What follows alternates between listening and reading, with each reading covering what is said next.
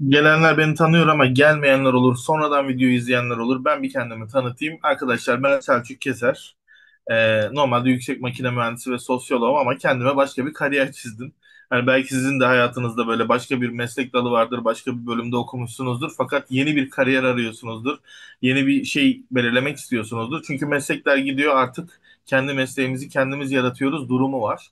Eskiden makine mühendisliği gibi böyle komple bir bölüm vardı. Şimdi altında malzeme bölümü, işte mühendisliği, imalat mühendisliği, enerji mühendisliği, tasarım mühendisliği, kontrol mühendisliği, otomasyon, işte robot, bir sürü disiplin çıktı bunun altından. Artık disiplinler de böyle sadece mühendislikte değil, transdisipliner dediğimiz bir biçime evriliyor. O transdisipliner de şöyle söylemem gerekirse birden fazla disiplinin tek bir amaç için çalışması. Yani normalde disiplinleri böyle yuvarlak diye anarsak interdisiplin kesişimleri oluyor. Multidisiplin dediğimiz ikisini birden kapsayanı oluyor disiplinleri bozmadan. Ama transdisipliner dediğimizde işte işin rengi değişiyor. Bir amaç için bütün herkesin tüm disiplinlerin dahil olması. Yani yeri geliyor avukat, yeri geliyor doktor, yeri geliyor diğer disiplinler böyle iç içe karışıyorlar ve transdisiplineriteyi oluşturuyorlar. O yüzden yeni çağında meslekleri biraz daha bu tarafa doğru evriliyor. Biz de olabildiğince bu tarafa kaymaya çalışıyoruz. O yüzden en azından üç disiplin birleştirebilmek güzel olabiliyor. Şimdi e, benim sürecim üzerinden başladık bu sıkıntılara. Size de öyle bir şekilde hızlı akışını şöyle yapmak isterim. Benim başıma ciddi bir sağlık problemi gelmişti. O zaman her şeyin başı sağlık diyerekten bir dönem yapmıştım. Hastaneye mi gitmem gerekiyor yoksa normal toplantıya mı gitmem gerekiyor? Hastaneye diyordum. Sağlık kısmını önceliğe alıyordum. Sonra çok kullanılıyordum arkadaşlar tarafından. Onlar benden bir şey istiyordu. Ben de onlardan bir şey istemeye başladım. Bahane üretenlere aynı bahaneleri sunarak 7 günümü 2 güne indirdim. Meğerse ben 2 gün çalışıyormuşum, 5 gün millete yardım ediyormuşum. Böyle yavaş yavaş işte satın almama yılı, bu girişimciliğimi kurduğum zamandı. Hatta ayakkabımı yırtmıştım ve bir yıl boyunca yırtık ayakkabıyla bu süreci tamamlamıştım. Sonra borç kapama yılı yarısında direkt halletmiştim. Yurt dışı, üretim, yalınlaşma, bedava yok. Böyle bir sürece girdim. Benim kendi akışım böyle. Sizin farklı olabilir. Ama ben bunun bütününü daha sonrasında araştırdığımda fark ettim ki ben Maslow'un piramidine göre önce kendimi maddi, sonra sosyal, sonra da manevi olarak geliştirmişim.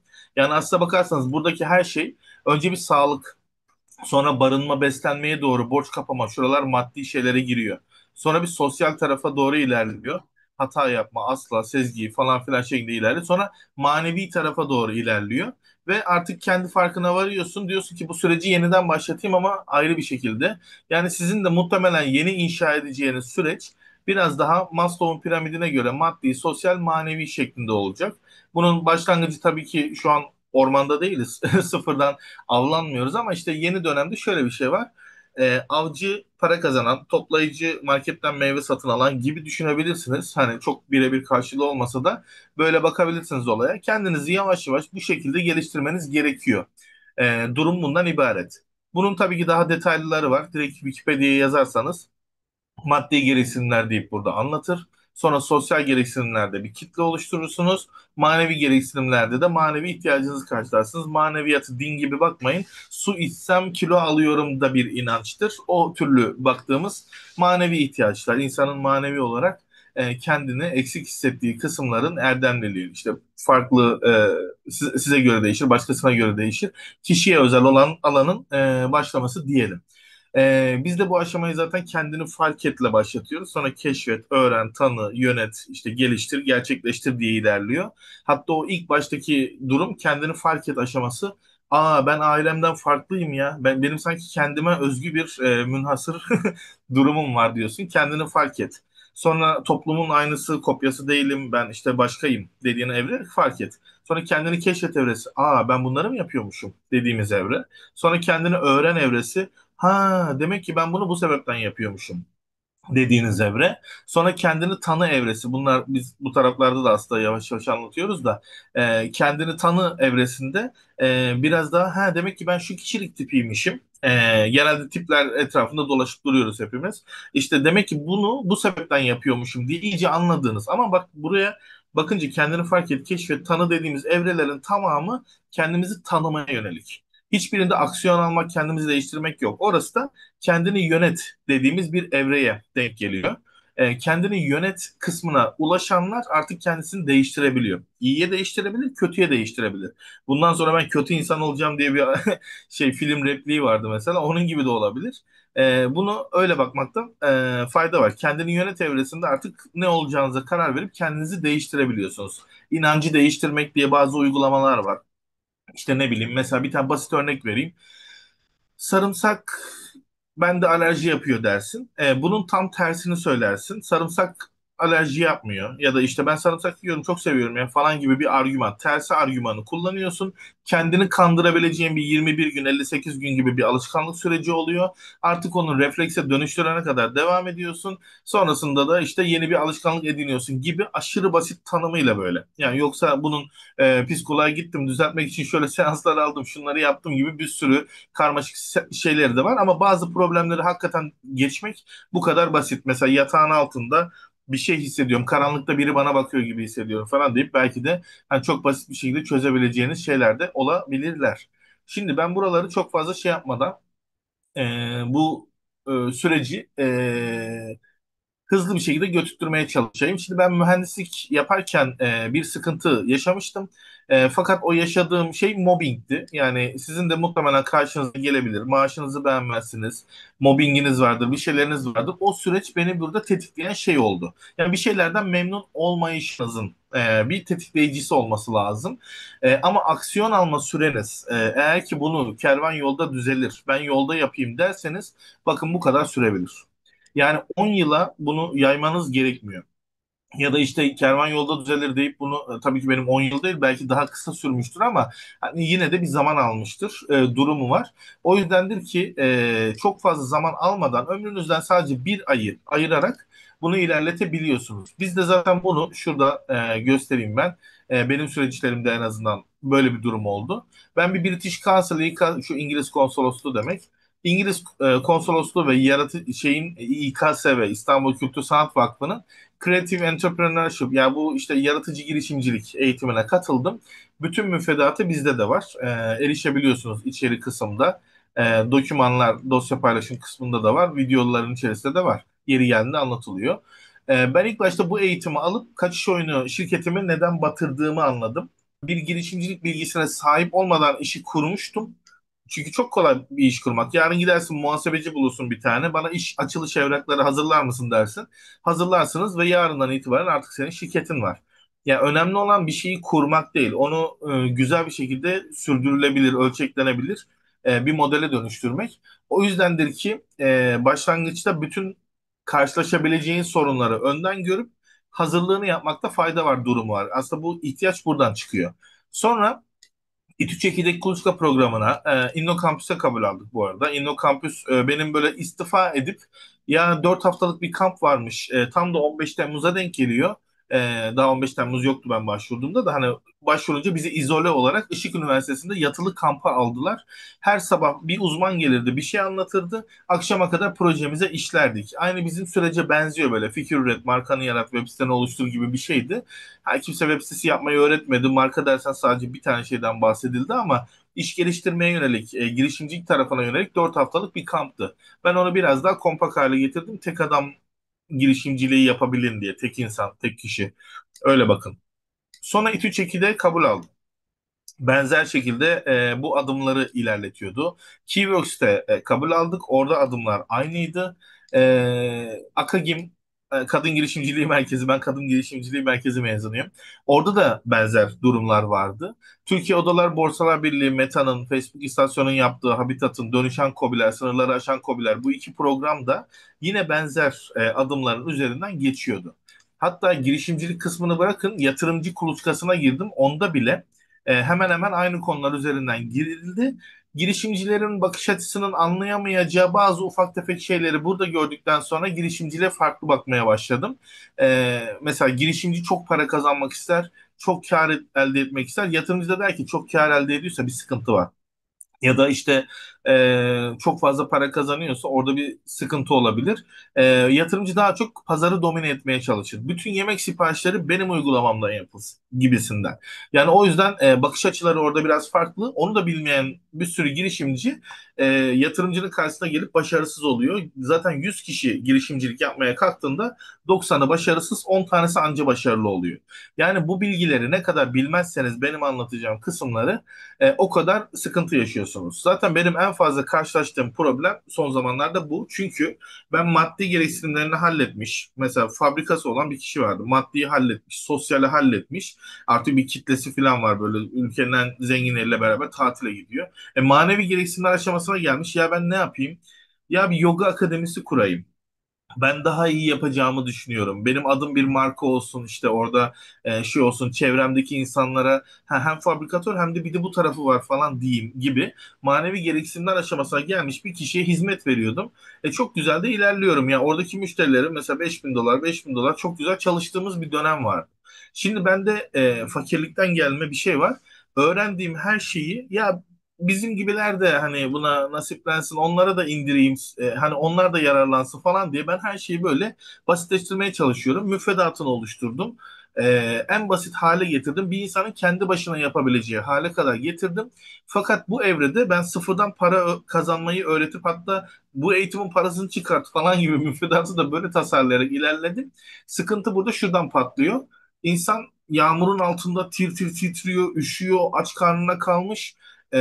Ben ona bir tane kitap veriyorum. Diyorum ki bu kitaptaki şeylerle bu durumdan kurtulabilirsin. Yani o da beni kitapla dövüyor durumu var. Yani gerçekten yaşadığımız durum bu.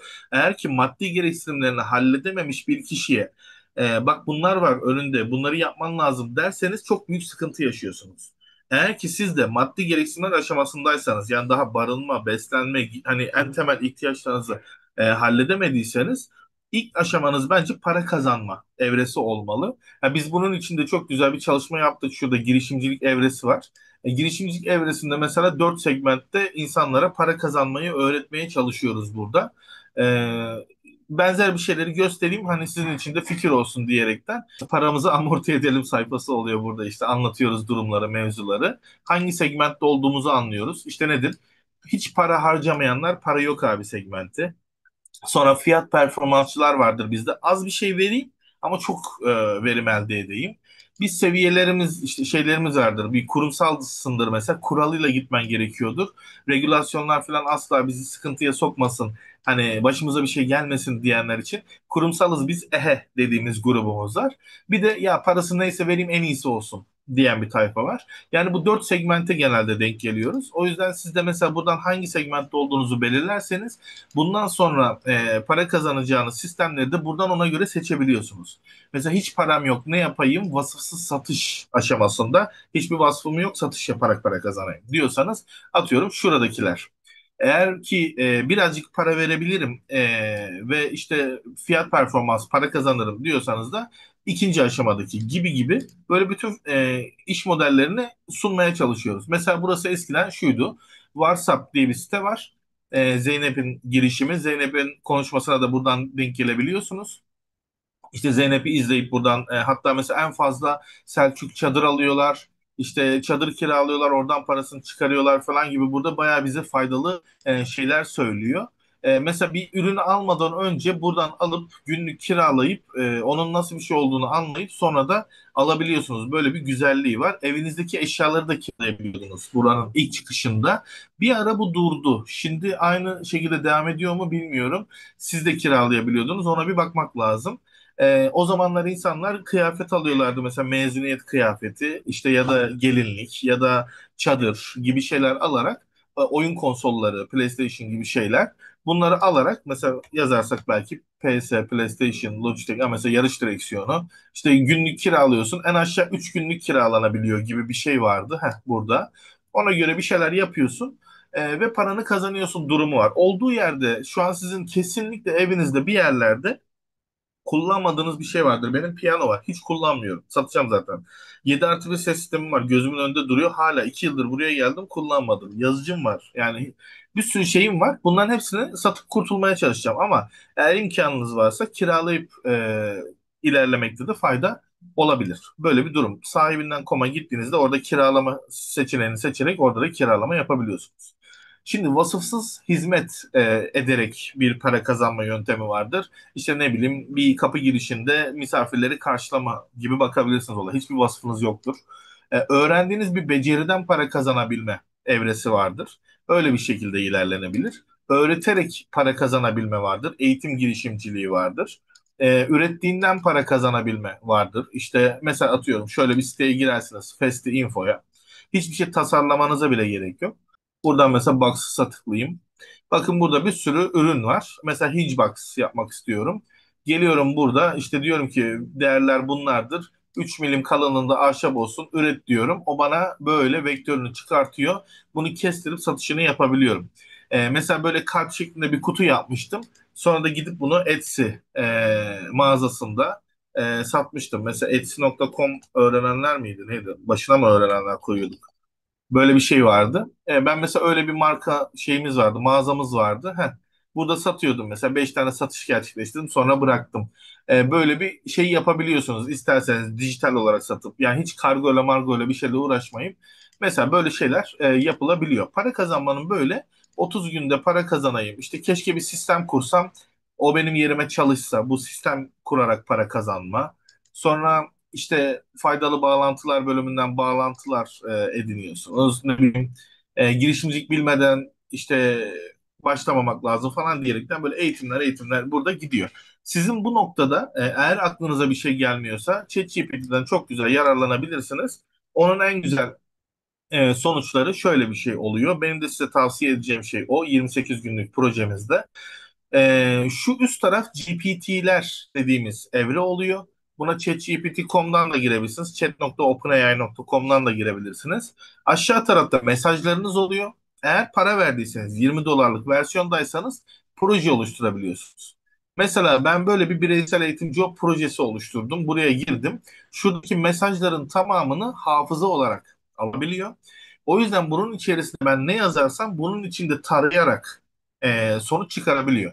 Mesela ben artık buraya bizim bütün müfredatı böyle al içine at, al içine at sürekli böyle öğren halinde ilerlediğim için buna bir soru sorduğumda bununla alakalı bir şey verebiliyor. Mesela diyorum ki en çok kazandıran evden yapılabilecek e, öğrenmesi az zaman alan ama e, şirket kurmadan yapabileceğim gerekirse hani bunu bilgi verelim şey değil rule.io gibi fatura kesme platformlarını şirket kurmadan fatura kesebiliyorsun.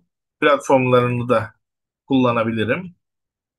100 fikir, 100 iş fikri öner diyebilirsiniz mesela. O da size bunlarla ilgili bir şey buraya çıkarabilir.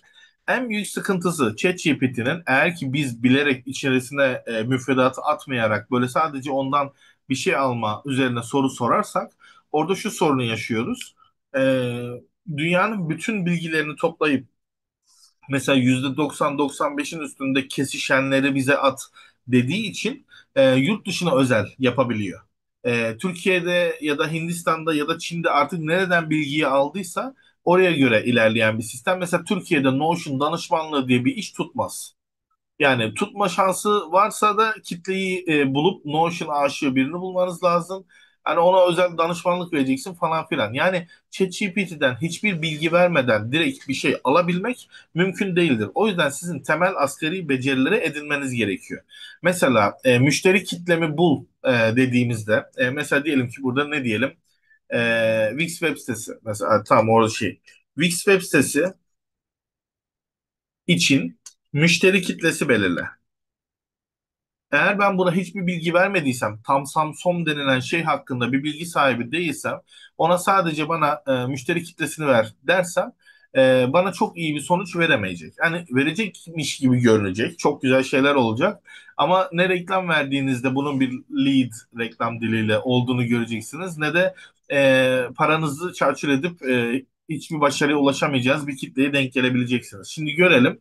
Ben size Wix ile ilgili müşteri kitlesini direkt söyleyebilirim yani. Kimler alıyor, ne alıyor, ne yapıyor, ne ediyor falan filan. İçeriden bildiriyorum diyerek. Mesela yüksek potansiyelli müşteri profilleri, online eğitim veren eğitmenler. Bak bu bana en fazla şey buradan geliyor. Web sitesi işi buradan geliyor. Bunu çok iyi yaptı. Danışman koçlar çok fazla bize müracaat etmiyor. İnternette 5.000 liraya bir tane site yaptırırım falan filan deyip acı çekiyor. Sonra da bu işin uzmanı bir şey yok mu deyip sonradan gelenler. Hani 3-4 kere dayak yiyip ondan sonra gelenler oluyor. Freelancerlar hiç gelmiyor. Onlar direkt freelancer sitelerini, hazır siteleri kullanıyorlar. İşte biyonluk.com, yurt dışı için Fiverr, Upwork gibi yerler. Buralardan çalışıyorlar. Hele dijital ürün satanlar, yani bize hiç gelmezler. Uzaktan hizmet sunan uzmanlar, yani Zoom entegrasyonu yapmıyorlar. Mühendis uzaktan hizmet vermiyor ya da işte avukat, psikolog falan çok nadir böyle niş bir girişim ortaya çıkarsa onlar yapıyorlar. Butik marka kurucuları e-ticaret tarafında gelmemek için ellerinden geleni yapıyorlar. Eğer ben onlarla konuşursam Wix çok avantajlı oluyor ve kurduğum insanlar da çok mutlu oluyor ama genelde bunlar da Tcimax, Tsoft, İKAS falan. İKAS'ın mesela işte oralara falan gidip işte oradan bir paket satın alıyorsunuz. Mobil uygulamanıza kadar var işte şöyle böyle falan filan diyorlar. Sizi öne çıkarıyoruz. İyi de beni öne çıkarıyorsun. Benim gibi bir sürü kuyumcu var. Hangimizi öne çıkarıyorsun? Hepimiz senin altyapındayız. Nasıl olacak o iş falan dediğinde de cevap çıkmıyor. Maalesef ki böyle bir süreç var. Mesela burada tek başarılı sonuç bizim için burada vermiş olduğu know-how'dan yola çıkarak da söylüyorum. En tepedeki seçenek.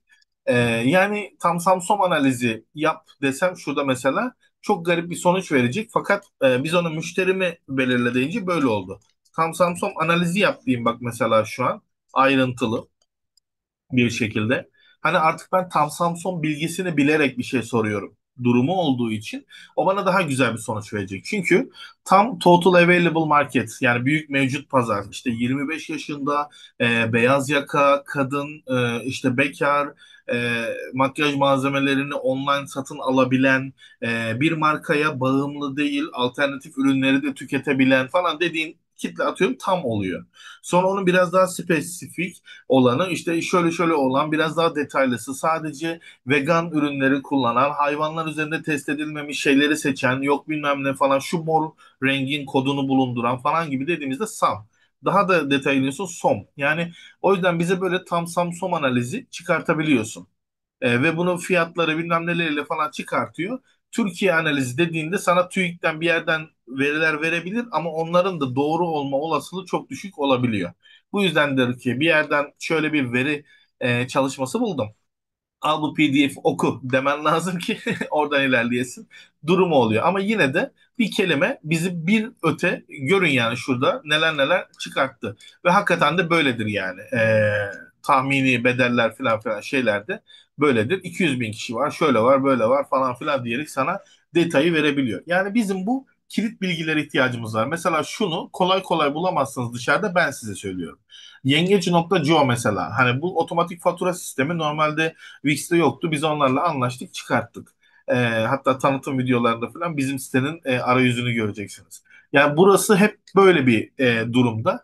O yüzdendir ki bizim bazı bilgilere ihtiyacımız oluyor. Ben de bunları size Instagram'dan da açabilirim, Canva'dan da açabilirim de Instagram'dan açayım daha kolay olsun. Mesela Selçuk Keser'e geldim. Şurada challenge bölümü var. Sesi hemen kısabilirsem, kapatabilirsem şuradan hızlıca. Ha, kapalı. Tamamdır. Mesela benim buradaki akışı takip ederseniz birinci günden 28. güne kadar bütün yaptıklarım burada duruyor. Yani sırf müfredata erişmeseniz sadece bunu yapsanız şurada takip etseniz. Mesela birinci gün ne yapmışım? Öncelikle her zaman önemli 5 tane değerimi keşfettim. Demek ki ben 5 tane en önemli değer keşfedeceğim. Ya internete girelim ya da ChatGPT bana değer keşfettir falan filan dersen bununla ilgili bir şey kesinlikle benim karşıma çıkacaktır. Yani müfredatı almadan daha bireysel eğitim CO üyeliği olmadan ilerleme yönteminiz budur. Bu beleş yöntem. Velev ki içeriye girdiniz bizim sistemde şöyle ilerliyor bu. Bizim zaten bir akış var. Şöyle ana sayfaya gideyim. Kolay başla programı karşına çıkıyor. e, adım adım ilerliyoruz. Mesela burada işte ilk aşamamız sıfırıncı haftadır. Neyi sevdiğini, istediğini, neleri yatkınlığını dediğimiz kısım onu anlatıyor. Ayrıntıları görüntüle diyorum. Sıfırıncı hafta değerli çalışması. Direkt orası bu. Ne diyor? Buradaki listeyi indir. Her zaman önemliye en fazla 5 tane, bazen önemliye 10 tane, nadiren önemliye 10 tane, hiçbir zaman önemli değil'e de istediğin kadar koyabilirsin. Ama biz genelde 10 tane koyuyoruz. İndir dediği yere tıkladığımızda zaten dosyanın linkini veriyor size. Göstereyim de onu. Yani internette de bulursunuz. Burada da yaratıcı girişimcilik müfredatı bu arada herkese açıktır. Onu da ben birazdan açarım size. Mesela burası Nesta, yaratıcı girişimcilik. Mesela bunların tamamı açık kaynaktır ve siz de erişebiliyorsunuz. Mesela Excel değil de işte şunu seçmiş olayım. PDF. Çıktı alırsınız böyle olursa. Üstüne yazarsınız ya da tabletiniz vardır. Öyle bir şey yapabilirsiniz. Yani karşılaşacağınız durum şöyle bir şey oluyor. Her zaman önemliye 5 tane, 10 tane, 10 tane, 10 tane. Bunları yerleştirmek. Bunu yaptığınızda şunu görüyorsunuz. Buradaki değerlerinize bakıyorsunuz. Ya hepsi mi parayla ilgili? Demek ki ben paraya önem veriyorum. Durumunu görüyorsunuz. Bakıyorsunuz hepsi insanlarla alakalı kısımlar oluyor mesela. Demek ki ben hep insanın şeyine önem veriyorum. Yani hangi insanlarla karşılaşacağıma göre durum değişiyor. Ya da bir şeye karar vereceksem her zaman insanla alakalı şeyler oluyor falan diyebilirsiniz. Mesela bakarsınız burada saygı, işte şöhret, takdir. Demek ki ben biraz daha toplumdan işte onay aldığım zaman mutlu oluyorum gibi. Yani siz buraya değerlerinizi yazdığınızda uzaktan kendinizle alakalı şeyi görebiliyorsunuz. Bu çok önemli. Yani ekran görüntüsü alabilirsiniz bu arada. Şey değil. Hatta bunun size dedim ya şu açık kaynak. Bunların hepsini şöyle yapalım. Mesela atıyorum şurayı şöyle sağ tuş yaptım. Arat dedim. Çıkar diye düşünmüştüm ama ya burada şurada. Bu direkt setin içine girdi. İçine girmediği bir yer var bunun aslında sitenin içerisinde. İşte bu da burada çıktı. Burada. Aha buldum valla. Nesta.org.tr şöyle bir yer varmış. Ben size bunu sohbet mesajı olarak atayım. Attım. Mesela bu İngilizcesi. Bunun Türkçesini de bir yerden bulabilmeniz lazım. Yani bunu da bu şekilde siz bulmaya çalışın. Çünkü ben buldum. Zaten bana verildi. Şunu hatta fiziki kopyası da var bende. Ve dijitali de var. Türkçesi de buradaymış. Süper. Turkish'e de tıkladım. Direkt bu linkini verdi. İyi, bunu vereyim o zaman. Tamam. Burada arkadaşlar hemen hemen her şey olabildiğince burada konulmuş durumda. Bunun en sonunda şurada şeyler var. Kanvaslar var. İstiyorsanız bu aşamadan ilerleyebiliyorsunuz. Mesela değerler çalışması burası. Gördünüz mü? Bu alıştırmayı tek başınıza yapmalısınız. Bitti. Yani birine muhtaç değilsiniz. Biri sizi yönlendirmek zorunda değil. Elinizden tutmak zorunda değil. Yani bunu tek başınıza yapabilirsiniz diyor. Yani bunu ya ben bunları yaptım bu ne demek diye sormanıza bile gerek yok.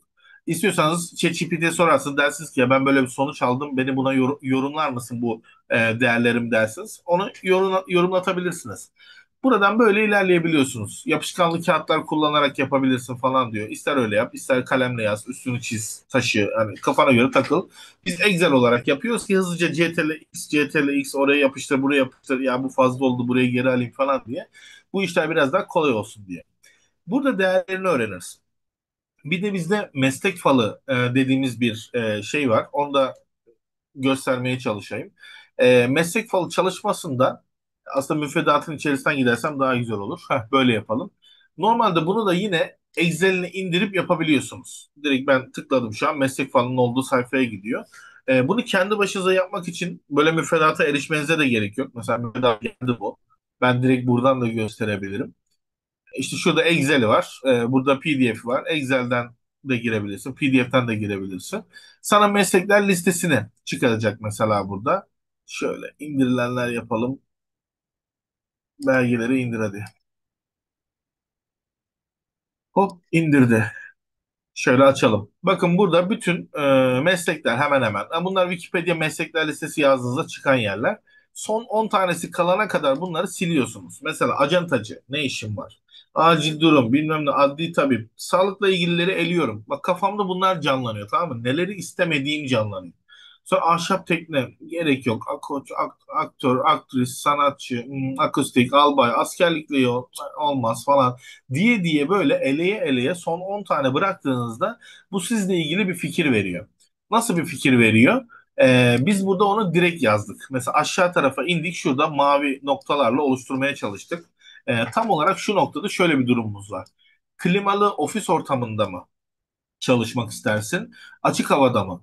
Sabit masa başında mı? Araçla sürekli gezmek mi? Yüksek binalar mı? Küçük yerel işletmeler mi? Gibisinden kendine bunları sora sora şeyi buluyorsun aslında. Ne yapmak istediğini.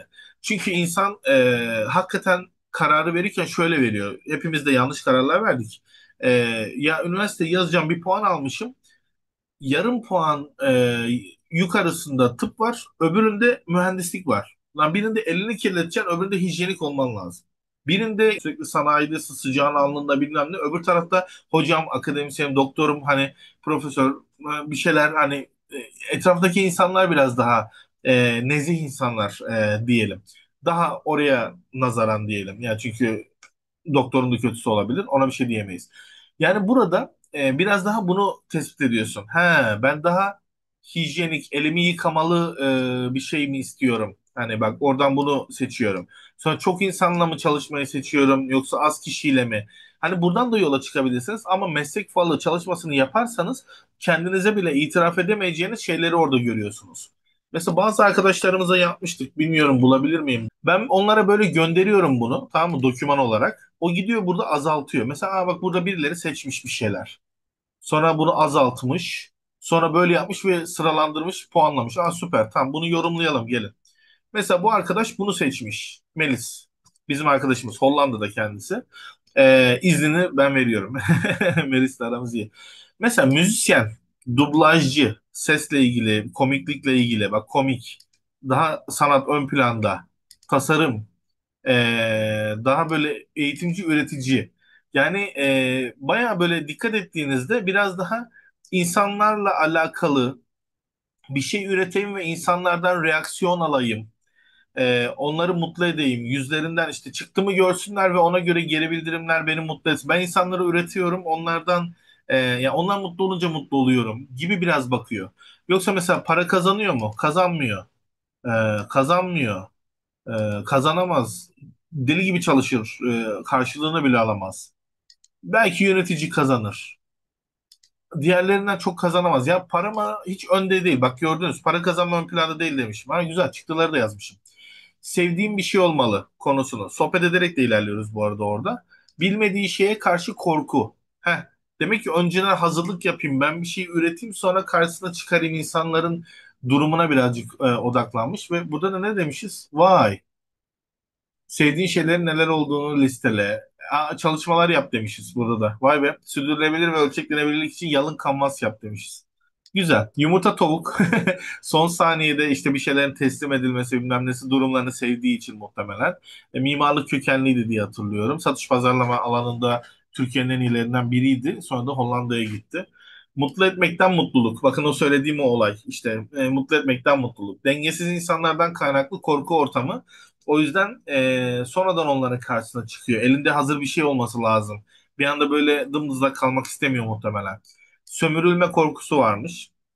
Onu burada anlamak birazcık zordur, ama reklam sektörüne gireceksen sömürüleceksin.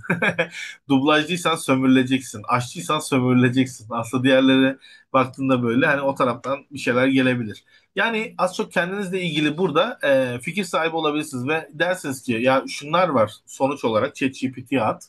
Sonra da ya burada da bazı şeyler vermiş, şunları vermiş. Bana buna göre işte bir meslek seçimi yapar mısın dediğinde sana seçim bile yapabilir. Ya da kendin oturup düşünürsün ve dersin ki ya 9-6 mesai sabit, kafam rahat olsun istiyorum. O zaman girişimini buna göre belirleyebilirsin. Buradan insan kendine bile itiraf edemediği şeyleri, sonuçlarını görürse artık neyi istediğini, sevdiğini ve yapabildiğini az çok anlayabilir diye düşünüyoruz. Bu noktada diyoruz ki ona, ya şurada bir test var. Aslında ilk başta girdiğinde yapmış olabilirsin. Fakat şu an kendini biraz daha yakından tanıdın. Gel bu testi yine yap diyoruz. Sonra da burada şunu yapmaya çalışıyor. İş modeline bakıyor. Hazırım ya, hemen başlayacağım. Ben ne yapacağımı biliyorum. Online akademi bir şey yapacağım falan diyorsun mesela. Online akademi ise tamamen online olmalı. İşte ne bileyim, dijital hizmet vermek istiyorum. Uzaktan olsun. Zengin olmak değil de pastadan payımı alsam yeter. Mesela 10 kişi 900 lira kazanıyorsa, 9 kişi 10 lira kazanıyorsa 10 kişi 9 lira kazanır. Kimse de çok büyük bir zarar olmaz. Sen de pastadan payını almış olursun gibi bir durum var. İşte şöyle bir şey olsun, hadi 0 lira da olabilir. Web sitesi yok ama yaptıracağım. Uzmanlık alaylıyım diyelim. İş modelindeki rol, sistem kurup pasif gelir istiyorum ya da yan gelir. Maddi kazanç motivasyonum, eğitim, bilgi paylaşımı gibi bir şeyler. Şimdi aşağı taraf burada değişiyor. Biz orada ne seçersek seçelim değişiyor bu arada. Onu görebilmek için şöyle, hatta yeniden açayım mevzuyu. Siz hiçbir eleme meleme yapmazsanız aşağıda şöyle bir sonuç var. Bunun aşağısını göstereyim. Bakın böyle. Bayağı bir sonuç var burada. Siz yukarıdan bir şeyi seçtiğinizde, mesela iş modeli, sistem kurup pasif gelir elde edeceğim dediğinizde aşağı taraftakiler ona göre daralıyor. Diğerleri gidiyor mesela. Sonra diyorsun ki web sitesi, yok ama yaptıracağım. O zaman ona göre alınıyor. Eğitim alaylıyım dedin. Hop, oralardan biraz daha gitti böyle. Mesela bak, daha azaldı.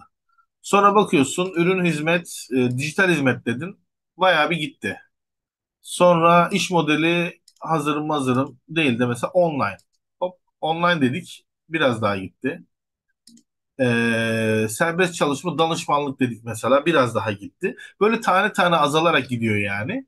Ben de burada mesela şu sonucu aldım. Bakıyorum, sadece öğreneceğim deyip hobi olarak girebilirim bu işe.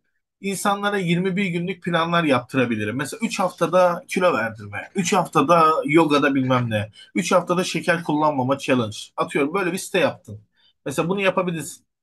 Sonra dijitalleşme rehberi, iş modeli danışmanı. Mesela gelip sizi dijitale çeviriyoruz. Artık bundan sonra elle yaptığınız bir sürü şeyi otomatize edeceksiniz. Mesela danışmanlık yapabiliriz. Abonelik sistemi kurucusu, aylık eğitim üyelikleri. İşte mesela benim gibi eğitim içeriği oluşturdun.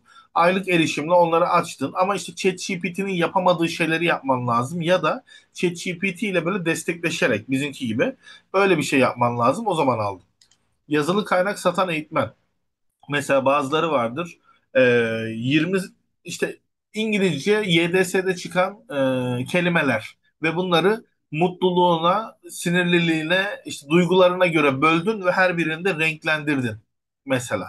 Yani böyle bir şey yaptın mesela, bunları satarsın. Etsy'de satarsın, orada burada satarsın. Çok da güzel olur. Türkiye'de çok tutmayabilir ama yurt dışında çok tutar. Türkiye'de başka türlü tutar. Bunu bir şeye dayandırırsan, bunun üzerinden bir eğitim serisi veriyorsundur. İnsanlara da kaynak olarak bunları dağıtıyorsundur. Bugün sarı günümüz, mutluluk günümüz. Bugün söylediğimiz bütün kelimeler mutlulukla beynimizde eşleşecek arkadaşlar falan gibi, öyle bir şeyler yaparak ilerletirseniz, atıyorum mesela, o olabilir.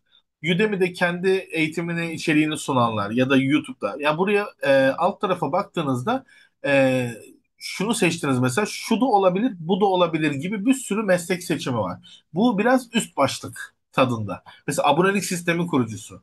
Ha, aylık eğitim aboneliği olabilir, haftalık olabilir, yıllık olabilir, 6 aylık olabilir ya da yoga olabilir, mindfulness olabilir, MBSR olabilir, hafıza üzerine olabilir, bilim üzerine olabilir, sınava hazırlık, KPSS, muhasebe. Yani bunun alt tarafındaki o kısmı siz belirleyeceksiniz. Ben neyi istiyorum, neyi daha çok seviyorum konusunu. Burada ana hatları almış oluyorsunuz. Tıklıyorsun buraya. Mesela sana burada ne diyor? İşte böyle bir başlığı var bunun. Eğitim kategorisindedir. Tanımı da şudur. Böyle bir şey yapabilirsin. Müşteri kitlen böyle bir kitledir. Nedir? İşte kendi gelişimine düzenli yatırım yapmak isteyen bireyler, sadık topluluklar, niş konularda mikro topluluklar, mesela kadın finans kulübü, yaratıcılık grubu gibi gibi. Gelir potansiyeli ne olabilir? Mesela şuradaki fiyatlara baksanız bizimkine az çok benziyor. Niye? Mesela 4.800'e geliyor bizim KDV dahil. 4.000 artı KDV gibi düşünün. Aylık 400 lira gibi bir şeye denk geliyor. Mesela aylık 400 lira, bak tam 100 lirayla 1000 liranın ortasında bir şeye denk geliyor. 100 üyeli bir yapı işte bize şöyle bir şey getirebilir aylık. Katmanlı üyelik, işte bronz, gümüş, altın. Mesela böyle bir şey yapabilirdik biz. Hiyerarşi yapmadık. Yapılabilir. Neden olmasın? İçerik, canlı buluşmalar, forumlar, bültenler falan diyor. Biz yavaş yavaş ufak ufak artık webinarlara, atölyelere başladık.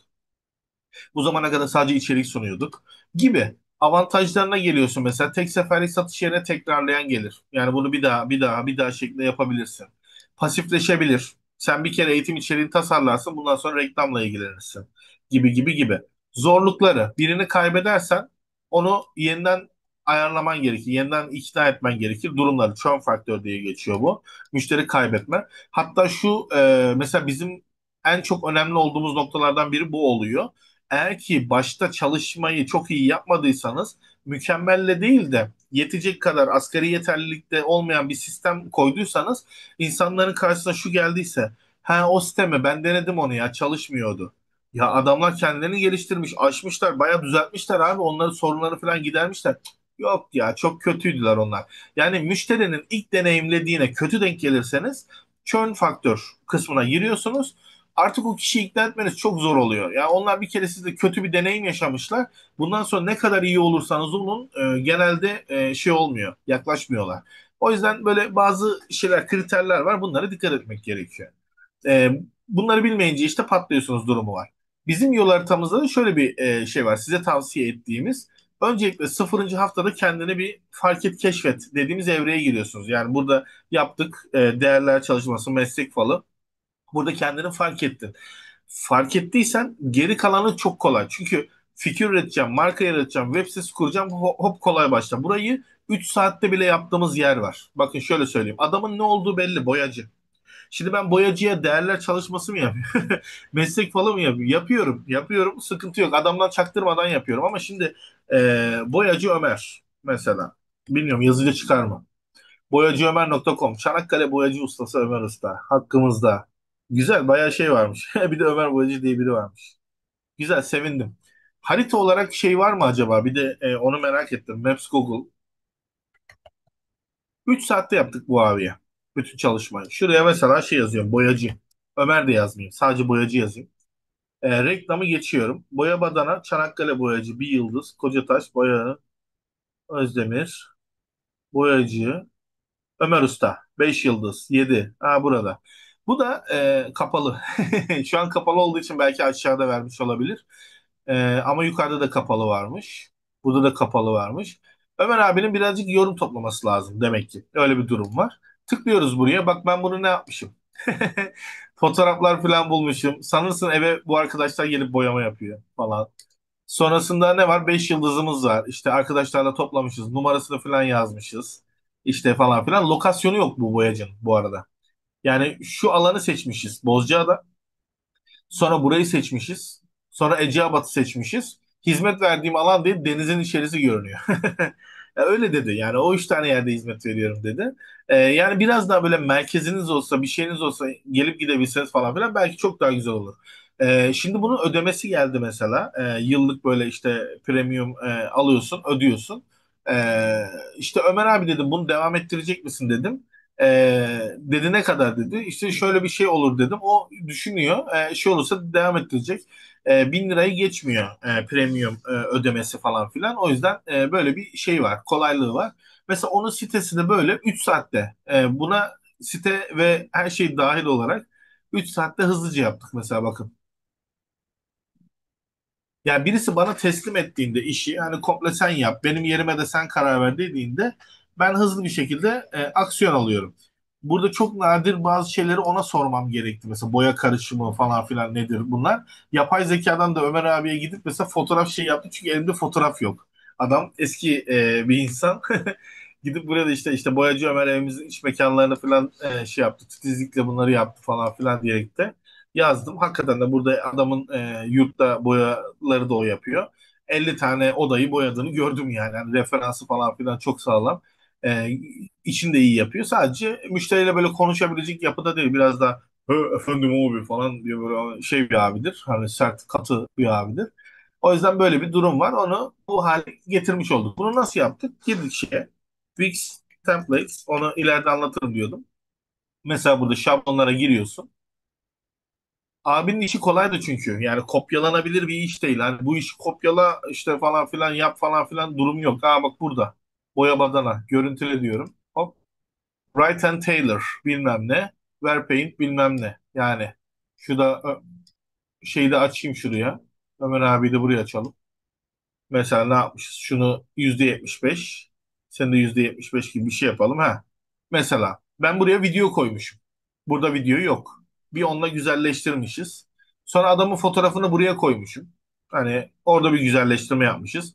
Burada biraz daha ince font varmış. Ben biraz daha böyle kalın, hani güçlü Ömer abi gibi olsun demişim. Biraz daha teknik böyle şeyler vardır. Gazete fontları falan, tırnaklı font. E, Daha tırnaklı değil de bu monospace deniyor. Her kalınlığı birbirine eşit. Onun yerine biraz daha yumuşak Poppin's'i tercih ettim. Sanat dedim yani neticede bilmem ne. Bak her şeyi koymuşum. Birkaç tane şeyi düzeltmişim. Adamın verdiği hizmetleri sordum. Dedim bunlar senin için doğru mu? Doğru dedi. Tüm hizmetler falan hepsini ayarladım. Bir tane galeri koymuşum buraya. Mesela o burada yok. Hani ona ekstradan eklemişim. Buraya video eklemişim. Bu kadar. Yani aldık yaptık 3 saatte bir markayı buradan kurabiliyoruz. Çok hızlı bir şekilde. Wix'in bedava şablonları var. Bu siteyi düzenle dersin. Sen de karşına çıkar ve hızlı bir şekilde aksiyon alırsın. Şimdi bir eğitim kurumu olduğun zaman farklı olman çok önemli. Mindfulness yapıyorsundur. Mesela çok özelsindir. Mesela Zümra Atalay Mindfulness deyince en tepede çıkan kişi. Onun sitesini biz yaptık. Hatta Mindfulness Derneği'ni de biz yaptık. Enstitüsü de biz yaptık. Mindful Talks'u da biz yaptık. Konuşmacılık alanını. Bunların her birini şu SEO'suna bir şeylerine kadar hepsini ben yaptım. Ama mesela burada MBSR'ı baz aldım. Onun renklerine, onun fontlarına, onun işte ev dekorasyon gibi böyle şeyleri vardı bunların. Mekanları vardı mesela çok güzeldi. Hani oraya kadar her şeyini, hakkımızda da var mıdır acaba? Galeriye bakayım. Mesela mekanlarının renklerine kadar baktım şöyle bir. Ya dedim o zaman tamam bunları böyle ayarlamam lazım. Mesela burada özel bir çalışma yaptım. Ama boyacı Ömer abi çok bir şeye gerek yok. Yani boyacı boyacı. Bakkal dükkanı gibi düşünün. E, Yalın kanvasınız varsa yalın kanvasta bunu lean kanvas diye yapsam belki daha iyi olurdu yurt dışı örnekler ama şundan bakalım. Şunu da şöyle aç deyip resmi yeni sekmede aç deyip ben göstereyim. Şurası rekabet avantajı. Mesela bir boyacı ekstradan bir boyacı gelirse ne olur? Şehirdeki işler bir artıya bölünür. Mesela diyelim ki günde 90 tane boya işi var. 100 tane boya işi var diyelim. Yeni birisi geldiğinde bu işler 10'a değil de 9'a değil de 10'a bölünecek. Yani eskiden 11 tane iş geliyordu. 99 oluyordu.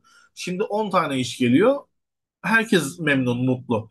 Yani eğer böyle bir iş yapacaksanız pastadan payımı almak dediğim kısım bize yetiyor durumu var. Rekabet avantajı çok önemli değil. Ama Türkiye'nin bütün mindfulness ihtiyacını ben karşılayayım diyeceğiniz zaman o zaman rekabet avantajı çok önemli. Mesela burada Zümre Atalay niye önemli?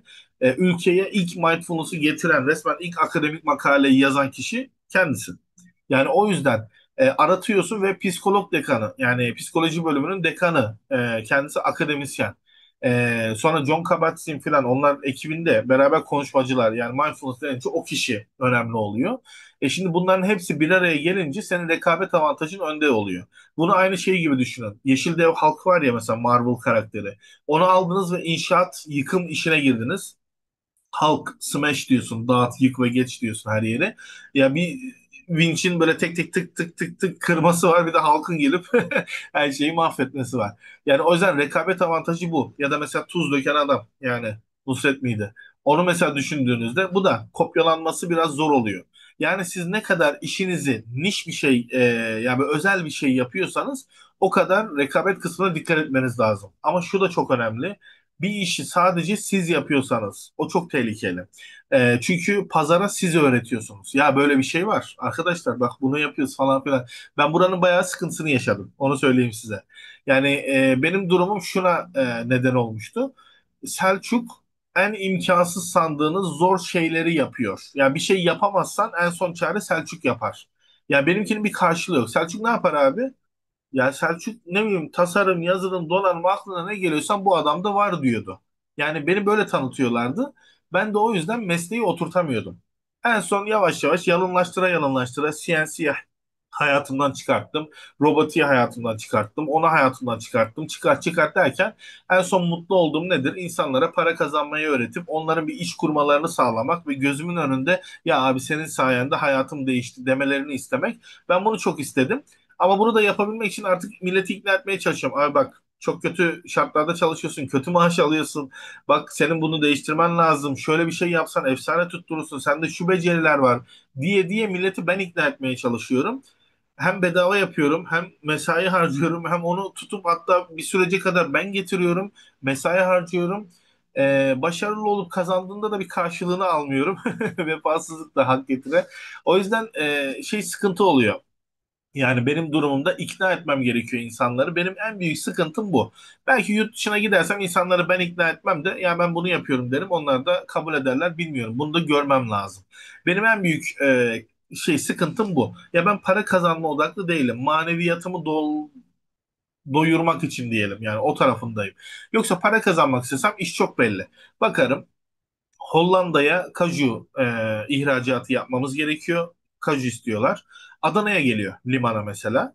E, Ve oradan da alıp hani o tarafa götürmek lazım.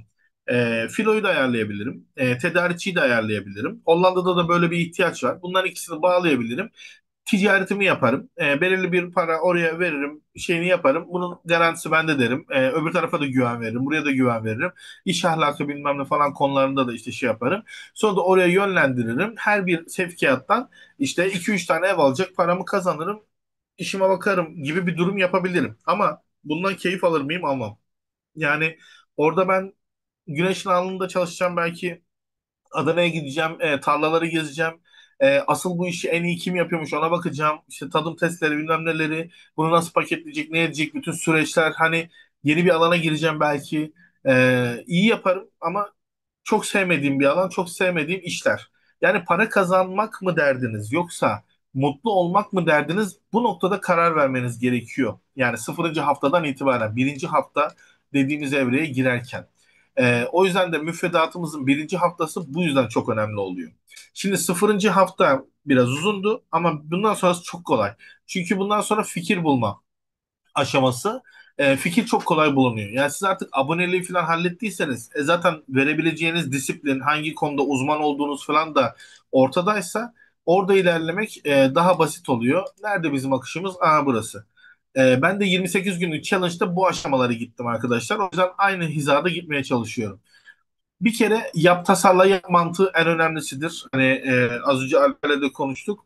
Böyle birden mükemmel olayım da yapayım edeyim en sonuna gideyim falan demenize gerek yok. İnsanların sizden beklentileri vardır. Bu beklentiler küçük küçük parçalar halindedir. Mesela ilk başta sunumunu hazırlarsın. Sunumunda çalışıyormuş gibi yaptığın işte bir tıkladım oldu gibi bir video koyarsın. Bu senin birinci yap aşamandır. Sonra tasarla yap diyerek iyileştirirsin. Belki bir noktadan sonra uygulamayı denemek isteyeceklerdir. O evrede de mobil uygulamasını atıyorum yaparsın. Yani gerekirse orada yapılır. Ama en güzel yöntem yap tasarla yap yöntemidir. Biz bir telefon bile yapacak olsak önce bir kağıda telefon çizip alo falan deyip onu simüle ederiz ki neye karşılaşacağım, neyle karşılaşacağım falan durumunu görelim diye. Bu bizim için çok önemli. Kesinlikle yap diyerek hızlı bir şekilde başlayın.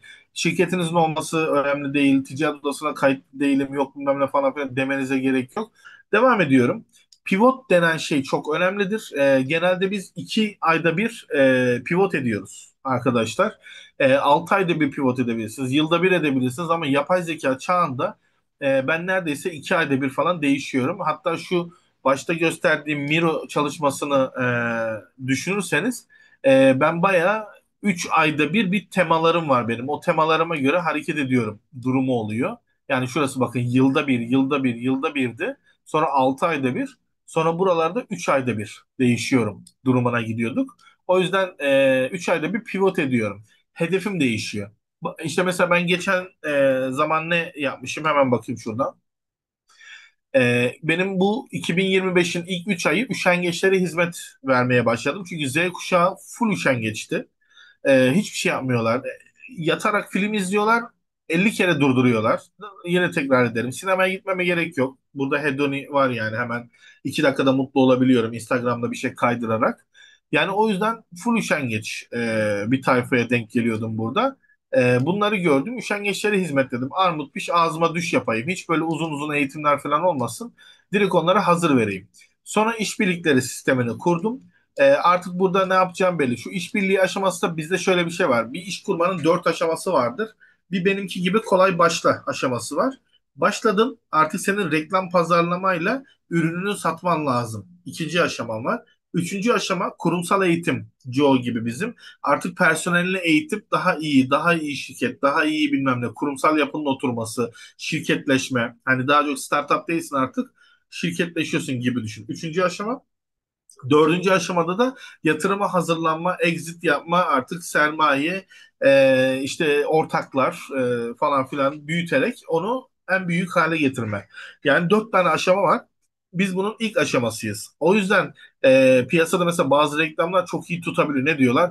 7 haneli rakamları kazanacaksınız bir ayda, hani falan, bir günde yok bilmem ne falan gibi.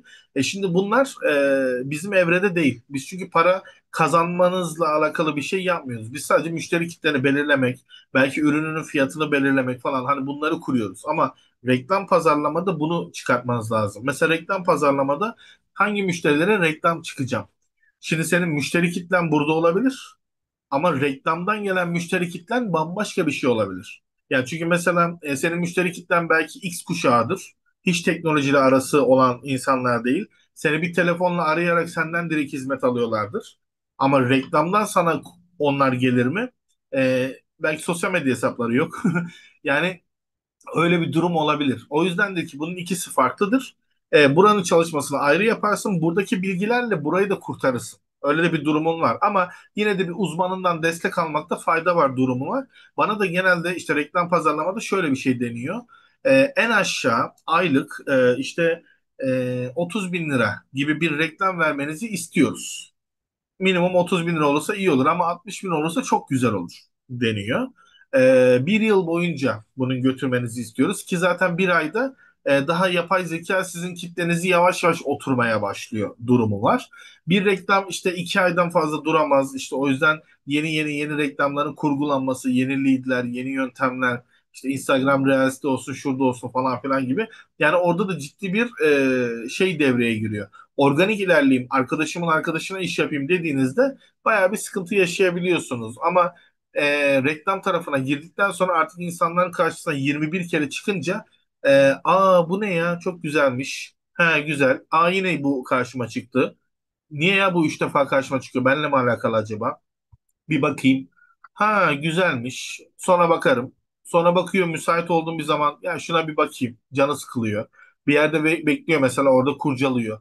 Böyle böyle 21 kere de en geç gelenler 21 kerede falan geliyorlar. Böyle bir durum var. Ya da siz 10 kişiyi arıyorsunuz, 3 kişiyle buluşma ayarlıyorsunuz, bir kişiye satıyorsunuz. 10-3-1 kuralı gibi gibi yöntemlerle onları kendinize ayarlamaya çalışıyorsunuz. Böyle bir süreciniz var. Şimdi devam ediyorum.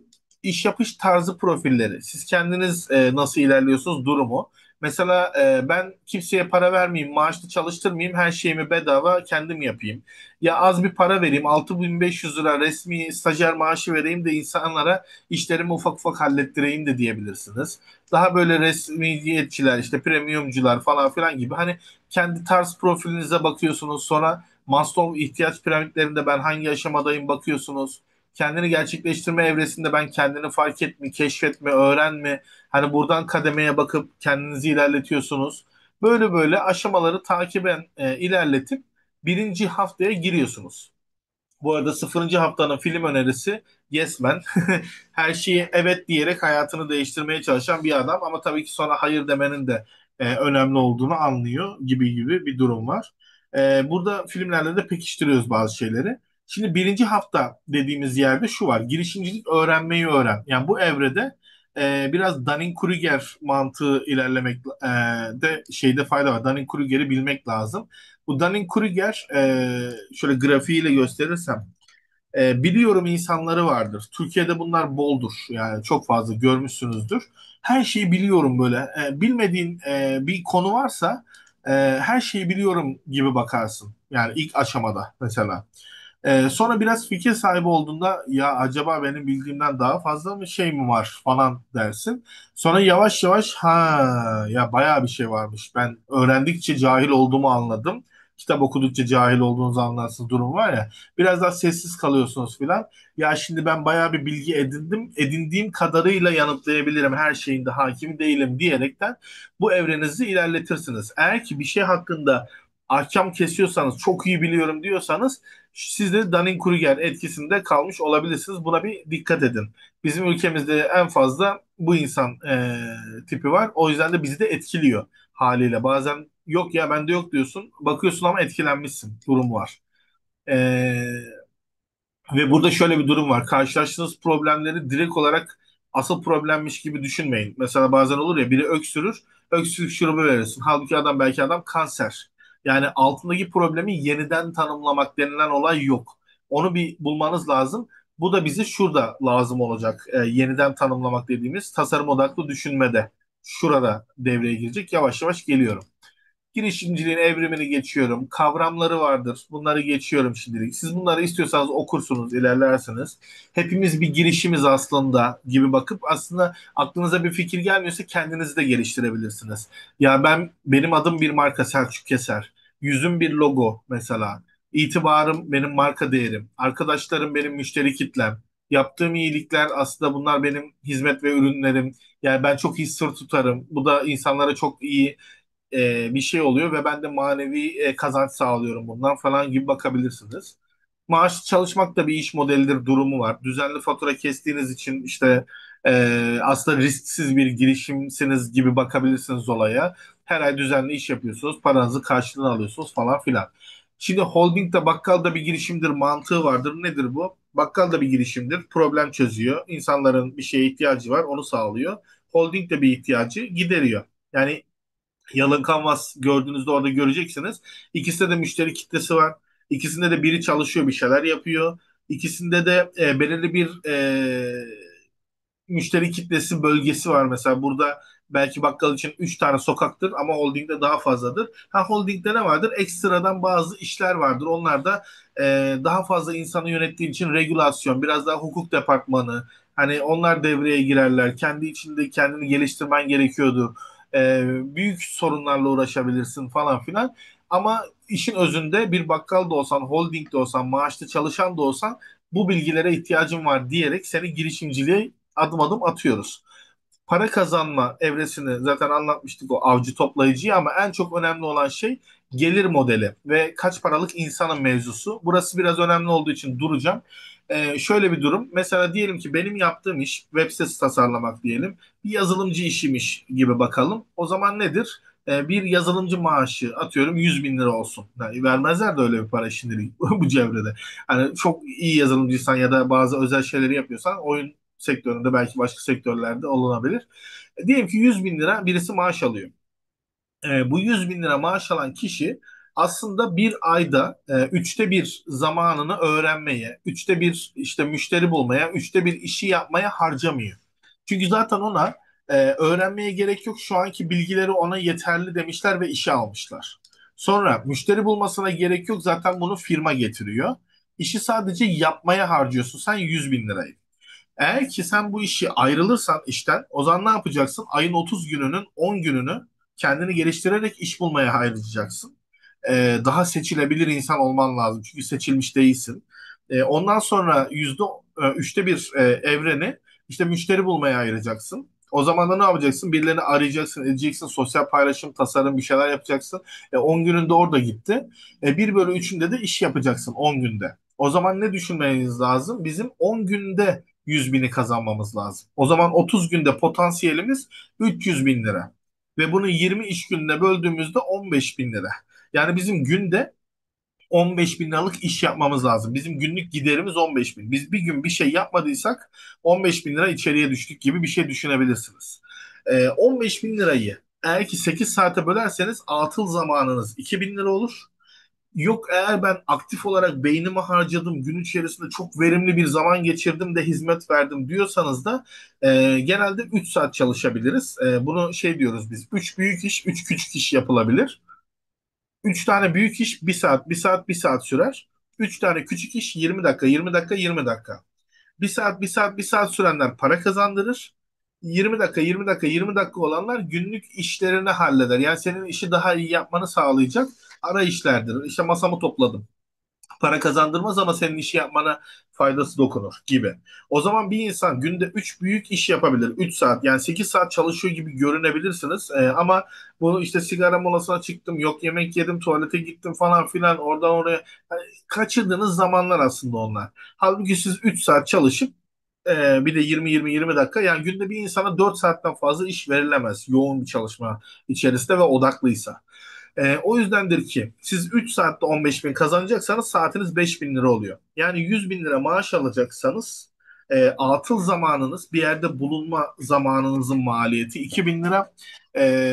İşi hazır yapıp odaklanıp böyle bir şey geliştirmek ve bütün disiplinlerini bu zamana kadarki birikimlerini kullandığın bir sistem yapacaksan da saatin 5 bin lira gibi bir şeye dönüşüyor. Bunu ölçüp tayin edip ona göre ilerlemen lazım. Eğer 50 bin lira dışarıda maaş verilen biriysen o zaman 1000 liraya 2500 lira gibi düşün. 25 bin lira asgari ücret çalışan biriysen o zaman senin atıl zamanın 500 yani saati 500 lira çalışman lazım. Ve şeyin de neydi günlük miktarında 1250 lira şey saatin saatlik aktif zamanında 1250 lira yani günlük en azından 3750 lira kazanıyor olman lazım gibi düşün asgari ücretliysen. Bunu böyle planlıyoruz. Sonra gelir belirleme evresinde biraz giderlerimize bakıyoruz. Yani ben acaba asgari ücretli bir insan olarak mı hayatta kalırım? Giderlerimi karşılarım.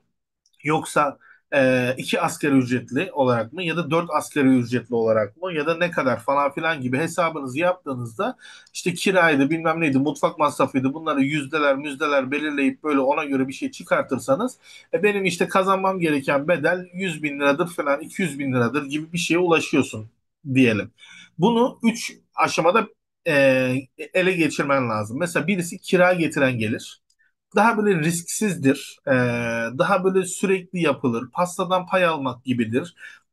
Bir kriz de olsa, bir şey de olsa insanların Maslow'un piramidinde barınma, beslenme gibi en alt basamağına denk geldiği için genelde atlamayacakları düzenli gelir elde ettiğin bir model olur. Bazen sevmediğin iş bile olabilir bu işte. Ne bileyim pazarda bir şey satmak bile olabilir. Yani kira getiren dediğimiz evre biraz daha böyle temel şeylerdir işte web sitesi yaparak ben kazanabilirim demişim ya da başka şeyler söylemiş olabilirim.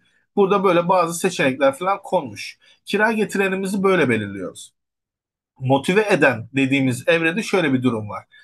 Kira getiren kiramı, faturalarımı falan karşılıyorken motive eden dediğimiz belki para kazandırmaz. Ama beni motive eder. Severek yaparım sistem kurmaya çalışırım. Ben olmadan da işlerin yürüyebileceği bir sistem kurmaya çalışırım. Olur da tutarsa bir gün çok kazandırır. Mesela benim yaptığım şey bu. Ben mesela şu an kira getirenimi web sitesi tasarım olarak yapıyorum. Arada iş gelirse mesela ayda iki tane iş yapabiliyorum işte diyelim mesela. Hani 60 bin, 120 bin iki tane iş şeyim var benim web sitesi yapım şekli. İşte onlardan gelirse ya 120 binlik ya iki tane 60 binlik falan yaparak böyle işimi çözmeye çalışıyorum. O da bana yetiyor. Motive eden kısmıma artık kafam kalıyor. Burada da ne yapıyorum? Eğitim içerikleri. Hayatım boyunca edindiğim tüm tecrübeleri, webinarları, atölyeleri ne üretirsem buraya koyuyorum. Yeni biriyle tanıştım, tedarikçi ekliyorum. Bir yer buldum, haritaya ekliyorum gibi düşünün. Motive eden kısmım da benim bu. Yani dünyaya bir iz bıraktım falan. İşte ayda 5 bin liraya buna abone olsun. Ayda 400 liraya, işte yılda 5 bin liraya biri abone olsun. 10 kişi abone olursa 50 bin de buradan gelir ayda. 100 kişi abone olursa 500 bin hani bir sürü işimi çözer. Mesela araba alırım ikinci el. 1000 kişi alırsa işte bir ev alırım, araba alırım falan gibi düşünün. Hani motive eden böyle bakılır olaya. Vurgun dediğimiz evrede şudur. Mesela yılda bir yaz kampı, kış kampı falan filan gibi. Mesela benim şu an bulunduğum yer yıl şey hizmet verebiliyor. Pansiyon hizmeti verebiliyor. E, 750 lira oldu bugün. Bu dönemin kirası günlük bir kişi için. Aylık buraya geldiğinizde de 12 bin lira gibi bir bedeli var. Mesela birisini ben buraya getirdim 750 lira diyelim. 4 günlük bir eğitim yaptım. 3 bin lira. Benim buraya sadece onun barınma maliyeti. İnsanlardan 20 bin liraya mesela bir yaz kampı gibi bir şey yapsam, bir haftalık kamp ya da 4 günlük kamp işte falan filan desem, barınması, beslenmesi her şeyi bende. 3 bin lira. Yemesi bilmem nesi 2 bin lira da ona harcadım. Hadi diyelim ki 5 bin lira. E, işte bu kişiden 20 bin liralık bir şey alsam, 4 günlük bir kamp yapsam 15 bin lira mesela burada bir geliyor bana. Yani tabii vergisi bilmem nesi onları düşersen ayrı bir şey olur. Kişi başı diyelim ki 15 bin lira. 100 kişilik mesela, burası 150 kişilik. 100 kişiyi getirdim ve bir kamp yaptım, böyle düşünürsek 15 bin lira 100 kişiyle 1,5 milyon lira gibi. Vurgun dediğimiz biraz böyle çalışıyor. Yani yılda bir yapacaksın. Yaz kampı, kış kampı falan filan gibi olabiliyor. Bunda da işte farklı farklı sistemler var. Burada biz bunların hepsini çalıştık. 100 kişi, 500 kişi, 1000 kişi falan filan neler yapılabilir durumlarını. Bunu böyle çıkarttık. Aktif pasif gelirler kurabilirsiniz. Mesela ben AliExpress'ten mesela AliExpress'te bir şeyler alıyorsunuz diyelim. Ben size linki verirsem %7 komisyon alıyorum orada bir yönlendirme yaptığımda. Benim AliExpress'ten şeyim var. Banggood'la yapabiliyoruz bunu. Etsy üzerinden yapabilirim. Hatta hiç bu hizmetin olmadığı yerlerde mesela bunu yapmak istiyorsan da GoF Pro diyorsun. GoF Pro'nun mesela kendi bir altyapısı var. İnsanlar böyle Shopify, WooCommerce, BigCommerce, Wix gibi yerler falan varsa bunlarda kendilerinin böyle altyapısına bunu kurup %10 indirim, %10 da komisyon veriyorum gibi şeyleri olabiliyor. Böyle login yapıyorsun buraya, işte üye oluyorsun falan filan. Sonrasında işte insanlara ürünü paylaşırsan, mesela affiliate'im ben ya da merchant'ım, affiliate'im diyelim. Heh. Mesela burada stores'lar varmış. İşte benimkiler var. Başkalarınınki de burada. Mesela Atrangi, yok işte ComSource. Bunların işte bir ürününü satıp para kazanmak istiyorsan, yönlendirmek istiyorsan kaydol diyorsun. Mesela şu kişiyi hiç bilmiyorum, bakalım, birini buraya yönlendirip de ben şuradan bir şey sattırırsam %10'u benimmiş. Bu kaç lira bilmiyorum ama işte 49 rupi benim oluyor. Rupi mi bilmiyorum. Hani böyle böyle affiliate marketing yerleri var. Türkiye'de de var bunlar. Komisyon bazlı kazanma. İşte Trendyol gibi yerlerde var. İKAS'ta var mesela. İKAS'a birini yönlendirdiğinizde komisyon alıyorsunuz. Benim de var, bunlar da hiç uğraşmıyorum. Shopify'da falan vardır belki. Ideasoft'ta varmış. Ya da bilmiyorum, ya da belki birileri kendileri paylaşıyorlardır. Kendilerinde yoktur da. Ha bak öyle. Nerede var? Az önce gördüm ben Trendyol falan. Ha bak, Türkiye'de Trendyol varmış. Hepsi burada. N11, PayTR varmış. Amazon, Rakuten, ShareASale falan böyle yerler de varmış mesela. Hani siz de böyle şey yapabiliyorsunuz. Mesela Banggood var. Ee, Ben burayı da seviyorum. Affiliate marketingde şöyle bir şey. En aşağıya iniyorsun. Bunun biraz zor. Şöyle acık iniyorum, böyle hop hemen orası şey oluyor, güncellendiği için tıklayamıyorsun. Mesela affiliate program burada. Oturum aç diyeyim. Giriş yap diyeyim. Buraya giriş yaptıktan sonra artık herhangi bir ürünü şey yapabiliyorsun. Mesela ürünler. Bir tane ürün seçelim rastgele. Nerede? Bannerlar, link düzenleyici. Ya bunun link düzenleyicisi var işte. Ürün atıyorsun buraya. Attığın ürünün linkini değiştiriyor. Sen de otomatik olarak onu satabiliyorsun. Mesela Banggood'un varsa burada bir ürünü, ona direkt tıklayalım. Ha, şunu demiştik mesela, bu. Şunu mesela kopyaladım. Geliyorsun buraya, Banggood URL'si budur diyorsun. Link başlığı da motor diyorum. Link oluştur diyorum. Hop, link oluşturdu. Artık şu linki ben birine verdiğimde şu soru işaretinden sonraki kısımda bir traction. Benim ID'm var. Takip etme ID'si. İşte o da burada. Eşittir X ne o bilmem ne falan filan. Kimse bunu bilmiyor.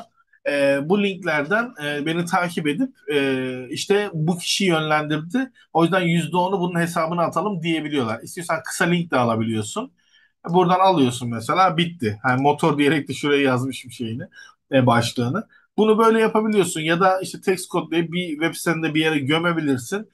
Tavsiye edilen ev ürünleri, evinizde kullanmalık en iyi 10 tane ürün listesi. YouTube'a video çekeyim falan, paylaşayım. Böyle affiliate marketingle kendi kendine para kazanan insanlar var.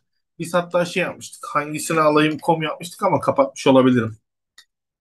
Hangisini alayım.com, böyle bir şey yapmıştım ben. Duruyor mu bilmiyorum, emin değilim. Durmuyorsa da Wix'ten de açabiliriz. Hangisini alayım.com. Tıkladım. Hop. Yani böyle bir modelde kurabilirsiniz. Tamam, düşmüş şey. Ben dropshipping şeyi yapmışım bunu. Mesela böyle. Tıklıyorsunuz işte herhangi birini. Örümcek adam kostümü. Şu var mesela, bende 3 tane var. Tıklıyorum bunu. Yarışma düzenlerim diye yapmıştım. 201 lira.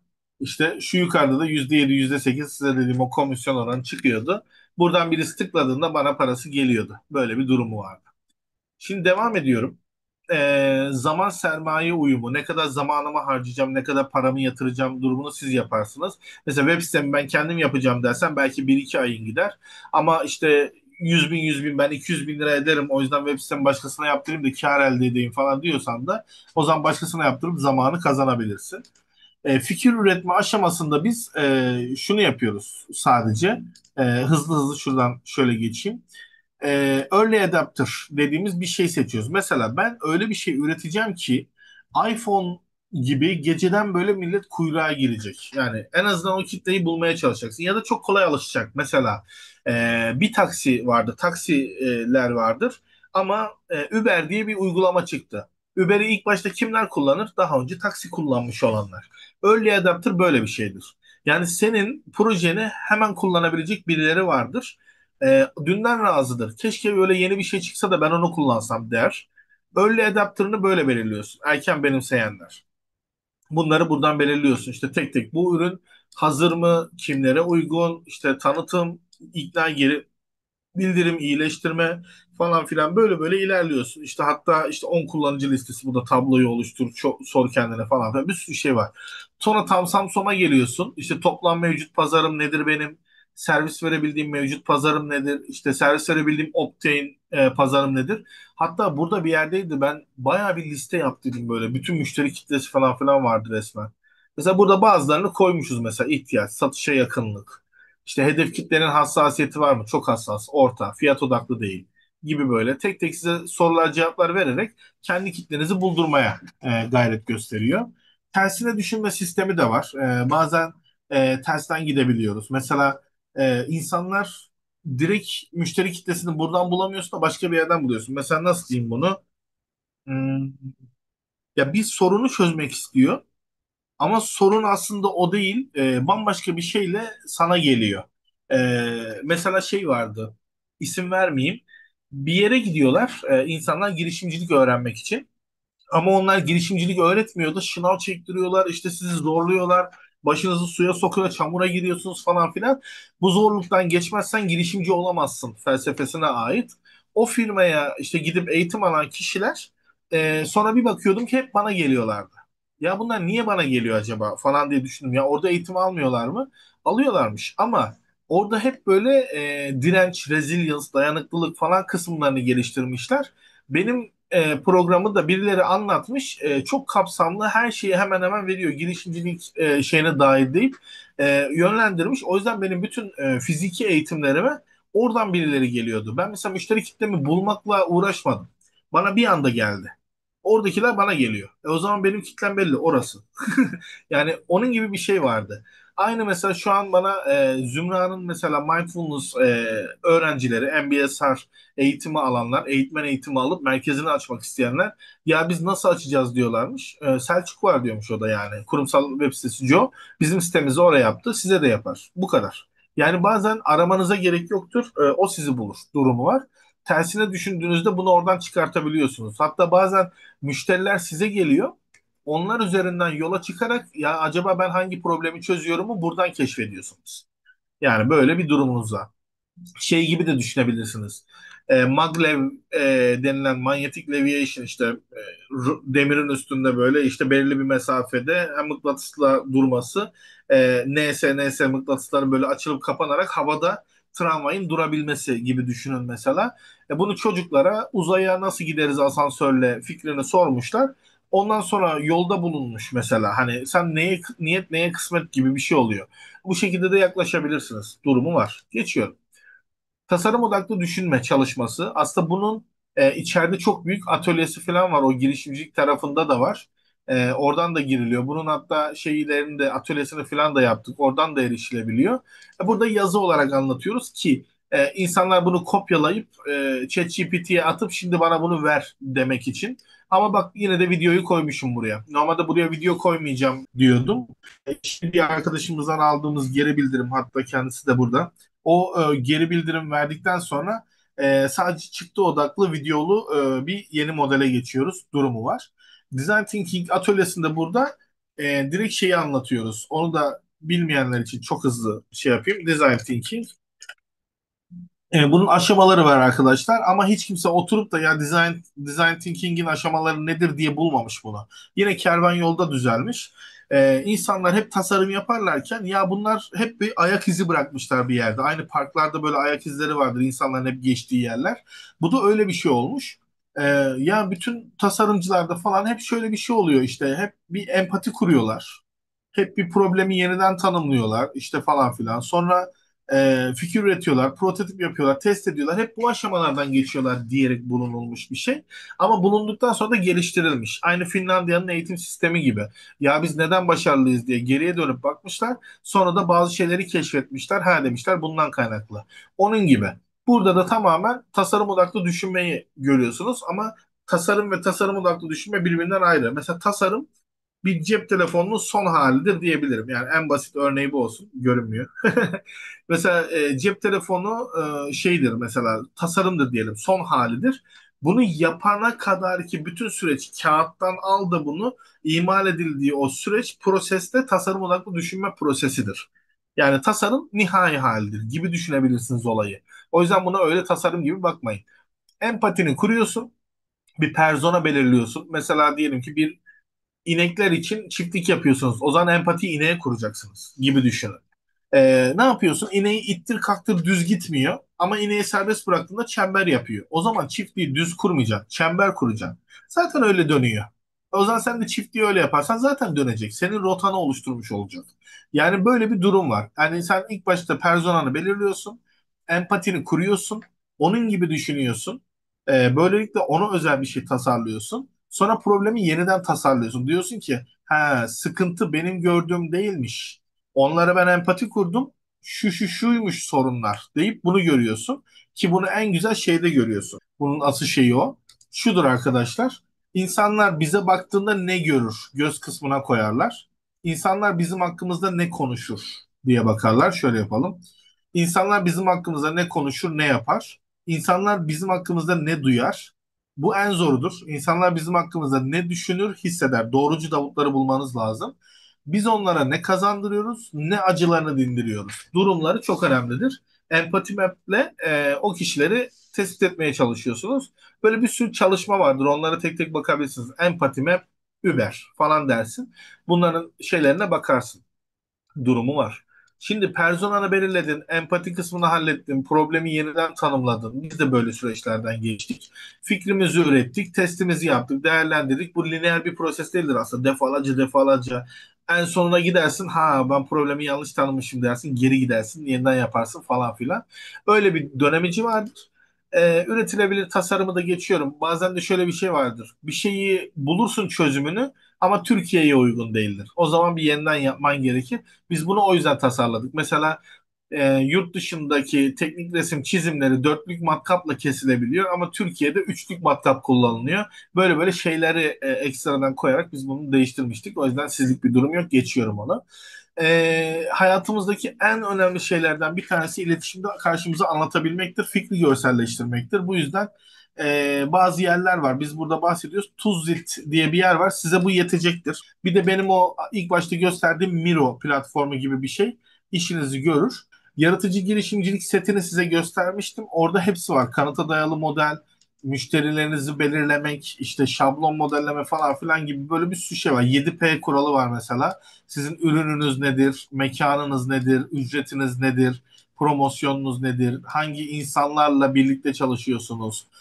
Prosesiniz, fiziksel koşullarınız gibi 7 tane P vardır. Ona göre inşa edilmiştir. Bunları o yüzden geçiyorum. Yalın kanvas kısmına geldiğinizde işte problem. Mesela şu yalın kanvas, lean kanvas diyelim de bir örnek açalım yine. Bu ne için vardır? Bu şey için vardır. Bir müşterinin yanına gideceksiniz mesela. Bir bakışta, yani şöyle bir sizin grafiğe baktığında sizinle alakalı, projeyle alakalı her şeyi görebiliyorlar ve böyle bir saatlerini 2 saatlerini alamıyorsunuz. Yani direkt buradan görebiliyorlar. Ben böyle görüyorum mesela. Bana binlerce proje geliyor. Uzun uzun anlatsa 20 dakikamı alacak. Ama ben bunu görüyorum. Ha diyorum ya ne güzel bak proje böyleymiş falan diyorum. Yani sizin de hazır olması lazım ki birileri yorum yapabilsin. Ne de mesela Uber için konuşuyorum. Müşteri segmenti, taksi kullanıcıları. İkiye geldim problem. Taksicilerin sabıkası, taksilerin gelmemesi. Hani geçiyorlar vızır vızır ama gelmiyorlar. Taksilerin kafasına göre fiyatlandırma yapması falan filan gibi problemleri diziyorsun. Sonra üçüncü aşamaya geliyorsun. Diyorsun ki nasıl kar elde edeceksin? Her bir girenden %20 komisyon alacağım. Solution'a geliyorsun. O zaman bir uygulama yaparım. Bunların hepsini takip ederim. Güvenlik bilmem ne sistemini de ayarlarım. E, ver adli sicil kaydını alırım ona göre işe alırım falan filan diyorsun. Sonra beni benzersiz işte değer proposition'ı nedir bunun? Tek tuşla 7/24 çağırabildiğin güvenli taksi hizmeti. Mesela böyle bir şey diyorsun, anlatıyorsun. Altı kanallarım. Ben sosyal medya kanallarından, reklamlardan, Google reklamlarından işte falan filan oyunların arasındaki reklamlardan insanlara ulaşacağım diyorsun. Key metrikler beni ne başarılı kılar? Çok sayıda mobil uygulamamı indiren varsa çok sayıda müşterim gelmiştir. Bu da bana para kazandırmıştır. O yüzden ben başarılıyım.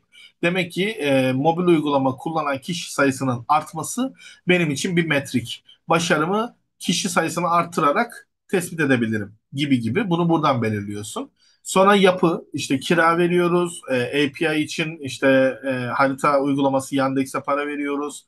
Ondan sonra işte taksicilere işte iletişim kurmak için telefonla arıyoruz onları. İnternet falan bunun giderleri var. Yani giderlerimizi buraya yazıyoruz. En sonda bu işi sizden biri çalsa dahi daha iyi yapamayacağı bir ayrı özelliğiniz. İşte halk gibi olmak ya da tuz dökmek ya da işte Zümrüt Atalay gibi Mindfulness Türkiye'ye ilk getiren olmak, John Kabat-Zinn'le çalışmak gibi gibi.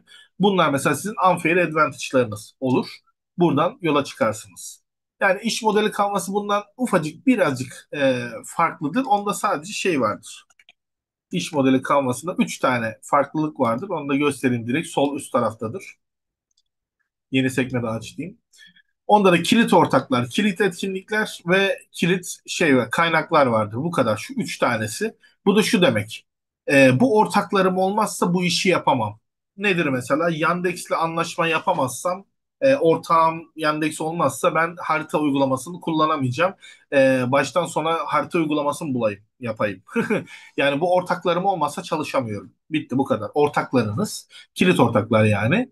Sonra kilit etkinlikler. Biz insanlara cep telefonu üzerinden tuşa bas, çalış gibi bu eylem olmazsa yapamıyoruz. Yani eylemleri buraya yazıyorsun. Nasıl yaparak çalışıyor sistemi? Mobil uygulamayla çağırmak, mobil uygulamayla işte diğer şeye ulaşmak, GPS ile bilmem nesinin yapılması. Yani eylemler burada yer alıyor. Bu da kaynaklar. Mesela elimizde şu bilgisayar, süper bilgisayar olmazsa, bu server olmazsa bu bina olmazsa işte ne bileyim bu araba olmazsa mesela pizza yapıyorsunuz pizza makinesi olmazsa çıktı alıyorsunuz 3 boyutlu yazıcıdan 3 boyutlu yazıcım olmazsa alet edevat yani burası da elimizdeki kaynaklar etkinlikler ortaklar başka bir şey yok geri kalan aynı yani değer önerileri aynı müşteri ilişkileri kesitleri kanallar hepsi diğerinin aynısı bak gider gelir kanal müşterilerle nasıl ilişki kuruyorum? WhatsApp'tan ulaşıyorum ya da başka bir şey. Yani belki orada bir tık ufak farkı var. Müşteri kesitleri bunlar da benim kitlem. Bu kadar. Yani çok fazla burada farkı yok. Var ama farkı yok. Hani hızlı geçiyorum sizin için. SWOT analiz, empati haritası. Bunlar zaten bildiğimiz şeyler. Müşteri yolculuğu. Ben de bunların her birini buradaki her şeyi böyle kopyalayıp ChatGPT'ye atıp bana müşteri yolculuğu haritası CJM'yi ver dediğim için alabildim. Yoksa bana yapay zeka ile bir saat konuşsam şu sürece gelmem benim çok zor. O yüzden bunların bilinmesi gerekiyor. İşte farkındalık aşaması. Müşteri farkına varıyor. Aa diyor. Sonra araştırıyor. He bu en iyisi diyor. Kararını veriyor. Alacağım ya diyor. Katılıyor. Sonra deneyimliyor. Aa diyor güzel hani şöyle böyle falan. Mezun oluyor. Sonra da başkasına tavsiye ediyor. Aa, sen de buna girmelisin. Senin de böyle ol falan diye. Müşterimin yolculuğu. Basit yani. Görselleştirme platformları için Miro falan onlar var. Çok güzel dediğim gibi. Geçiyorum bunları da. Bu arada biz şey yapıyoruz hep böyle. Pazartesi, salı, çarşamba, perşembe haftanın 4 günü öğretiyoruz. Cuma günü eksikleri toparlıyorsun. Burada eksikleri tamamlama. Cumartesi arkadaşlardan geri bildirim. Pazar günü de müşteri kitlemden geri bildirim. Böyle bir sürecimiz olduğu için Instagram'da bu şey diye geçiyor. 5 6 7. gün. Hani direkt böyle bir durum var. O yüzden orası öyle. Marka kurulumunda çok detaya inmenize gerek yok. Eğer ileride bir paranız iyi olursa marka ile ilgili çalışırsınız birileriyle ve bu sizi bir yere getirir. Ama bence başlangıçta marka için çok büyük servetler ödemenize gerek yok. Markada klasiktir. Eğer web sitesini direkt alıp çok da fazla üzerine çalışmıyorsanız zaten site tasarımıyla birlikte geliyor. Yani oranın sistemini kullanabilirsiniz. Ama isim bulmak, renk paleti oluşturmak, font seçimi yapmak bunlar önemli. Bizim bunlarla ilgili tabii ki bir sürü şeyimiz, verimiz içeride var. Mesela Baht sunuma giriyorsunuz. Orada bizim şeyimiz var, sunumumuz var. Biz bunu anlatıyoruz da, videolu olarak da var bu. Mesela hangi fontu kullanman gerektiğini buradan anlayabiliyorsunuz. Sans fontlar vardır, tırnaksız. Serif fontlar vardır, tırnaklı. Bunlar ne anlamlara gelirler? Aha, bu anlamlara gelirler. Tırnaklar güvenilir. Kadın kışkırtmak, tırnaklılar biraz böyledir. Arasında boşluk katım güçlü, yuvarlak. Futura mesela Ay'a gittiğimizde orada levhaya yapılacak olan fontun verilişi. Mavi renk güven demektir işte falan filan gibi şeyler. Şu mesela Futura fontu. Ay'a gittik diye. Gibi gibi gibi. Herkes kendi markasında kendi havasını yayınlayabilir. Ama bunlar Comic Sans gibi böyle komik saçma sapan bir şey çıkarsa aynı duyguyu vermez. O yüzden de font seçimi bizim için önemlidir. Renk seçimi önemlidir. Bir de neyi nasıl sunduğumuz önemlidir. Mesela farklı büyüklüklerde falan vermek değil de aynı büyüklükte koyu, italik, altı çizili vermek daha güzeldir. Fontun büyüklüğüyle çok fazla oynamıyoruz. Ve sunduğumuz şeyler de şöyle önemli. Mesela bir de büyük harf okunamaz. Genelde zordur okunması. O yüzden her yerde küçük harf kullanılır. Bunu genelde böyle küçük harf az yorar diyerek bakıyoruz. Gibi gibi gibi. Böyle bazı bilgiler var burada. Fontları nereden bulursun?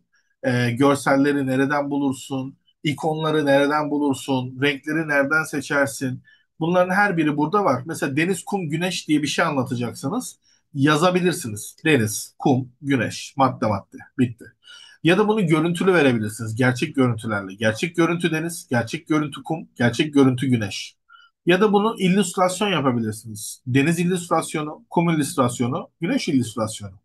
Ya da kompozisyon oluşturursunuz. Deniz de var burada, kum da var, güneş de var ve bir kompozisyon var. Bu şekilde de sunabilirsiniz. İkonlarınızı bulabileceğiniz yerler bunlardır ama ben en fazla flat ikonu kullanıyorum. Bu sunumumuzda yer almıyor ama ben buradan çok rahat buluyorum. Mesela Sun diyorum, Güneş diyorum. Sana bir sürü ikon burada var. Herhangi birine tıklayıp indirebilirim. Düzenleyip bunu hatta yeşil, mavi falan filan da yapabilirim. Giriş yaptıktan sonra rengini de değiştirip kullanabiliyorsunuz. Böyle bir şansınız var. Geçiyorum. Şey de var. Burada renkler de var bu arada. Hiçbir şey bilmiyorsanız renk seçimine dair Flat UI Colors diyerek buradan mesela bir renk seçebilirsiniz. Ya da giderseniz başka paletlere bakarsınız. Mesela ben Alman paleti, Turkish palet, French palet. Ben Amerikan palet seviyorum. Geldim buraya mesela gri, siyah, antrasit siyah. Şunu seçiyorsun, hop kopyaladın. Artık bu renk sende. Mesela kırmızı seçeceğim ama çok kırmızı olması istemiyorum. Pastel bir kırmızı seçtim diyebiliyorum böyle. Buradan şey yapabiliyorum. Russian palet de çok güzeldir. Amerikan paleti güzel. Bir de Russian palet güzel. Ben ikisini de seviyorum. İkisini de kullanıyorum. Bu şekilde. Ama dediğim gibi şey zorunda değilsiniz. Kalkıp da bir şeyi baştan yaratmakta. Ufak tefek şeyler var. Color Emotions. Ben bunlara bakarak belirledim. Sarı renk paylaşmaktır. İşte bunların anlamları var. Böyle guide'ları falan filan var. Ben şu guide'ı tercih ediyorum. Yaratıcılık için işte biraz moru seçiyorsun. Dostluk, arkadaşlık turuncu. İşte iyimserlik sarı mesela paylaşmak ben o tarafta kullanıyorum. Mavi güvendir. Yeşil biraz daha sürdürülebilir işte lik falan filan olabiliyor. Balans, denge hani iyi kötü falan filan. Bu şekilde renk rehberlerine bakarak da kendinizle ilgili ilerleme yapabilirsiniz. Ya kırmızıyı seçtiniz, kırmızı kötüdür demeyin.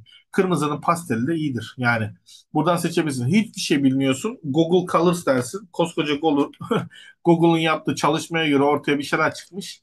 Buradaki renkleri de kullanabilirsiniz. Ya bu da sizin için bir başlangıç olsun. Google sizi mi dava edecek yani? Böyle yerlerden de şey yapabilirsiniz, ilham alabilirsiniz. Başlangıçta çok da önemli değildir çünkü bunlar. E, Hızlı adım atmanız için söylediğim şeyler tabii ki bunlar. Şimdi isim bulmak çok önemlidir.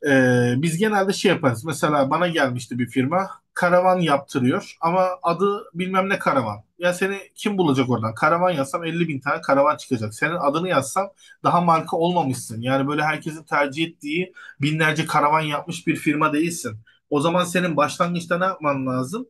Eyleme yönelik Google'da bir sonucun olması lazım. Bir insan karavan satın al mı der? Karavan yaptır mı der? Yaptır der. O zaman karavan yaptır.com bitti. Sonra birisi bana geldi mesela biri muhasebe mi dedi diye bir sistemi vardı. Böyle duyulmuştu adı. Biri muhasebe mi dedi. Şöyle bir şey mesela kitabı varmış. Biri muhasebe mi dedi diye bir şey vardı. Ya dedim gel dedim muhasebeeğitimi.com'u alalım. Aradık baktık hakikaten de bu çok güzel. Yani direkt burada bulduk. Sonra yani iki kelime olarak bulabilirsiniz. Ya da bazen kompozisyon yaparsınız. İşi tam anlatan. Mesela Olinvel'i de burada bu müfredatla kurduk. Onlarda da şunu söyledik. Her şey all in wellness'ın içinde. Yani yoga in wellness. Bakın burada burası değişiyor normalde.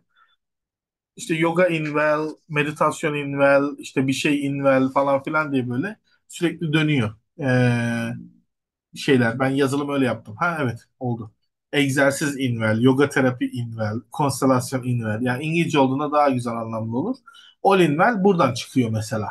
Hani eğer böyle özel bir isim bulmadıysanız olabildiğince aratılan iki kelime sizin işiniz olur. Mesela bireysel eğitim, kurumsal eğitim, kurumsal web sitesi, kolay başla. Hani bizim yaptığımız şeyler hep genelde böyle oluyor. 6 ile 14 harf arasında olursa SEO'su güzel oluyor. Yani SEO için uygunluk diye bir şey var. SEO da böyle Google'da en tepede çıkmak istiyorsan çok uzun olunca zaten kimse aklında tutamaz. Kısa olsa kolay alamazsın. Mutlaka alınmıştır.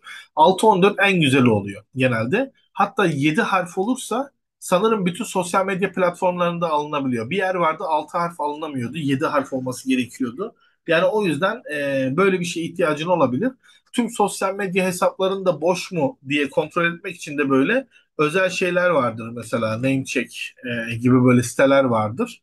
Buralara girersiniz ve işte bir alan adını yazıyorsun sana bütün her yerde boş mu değil mi söylüyor mesela işte ne bileyim kolay başla diyelim şey robot değilim. Mesela bunu yazdım arat dedim. O böyle her yerde sana söylüyor diyor ki kolay başla .com.net böyledir. Sosyal medyada da işte hangisinde müsaittir? Mesela Facebook'ta müsait değilmiş, Twitter'da değilmiş, TikTok'ta. Ben aldığımı hatırlıyorum ama neyse. WordPress bilmem ne falan filan diye geçiyor. Böyle bir durumu var. Yani sana bütün her yeri kontrol edebiliyor. Name check. Yani sitenin adı bu. Bunun gibi yerler var. Bunlarla çok rahat kontrol edebiliyorsun.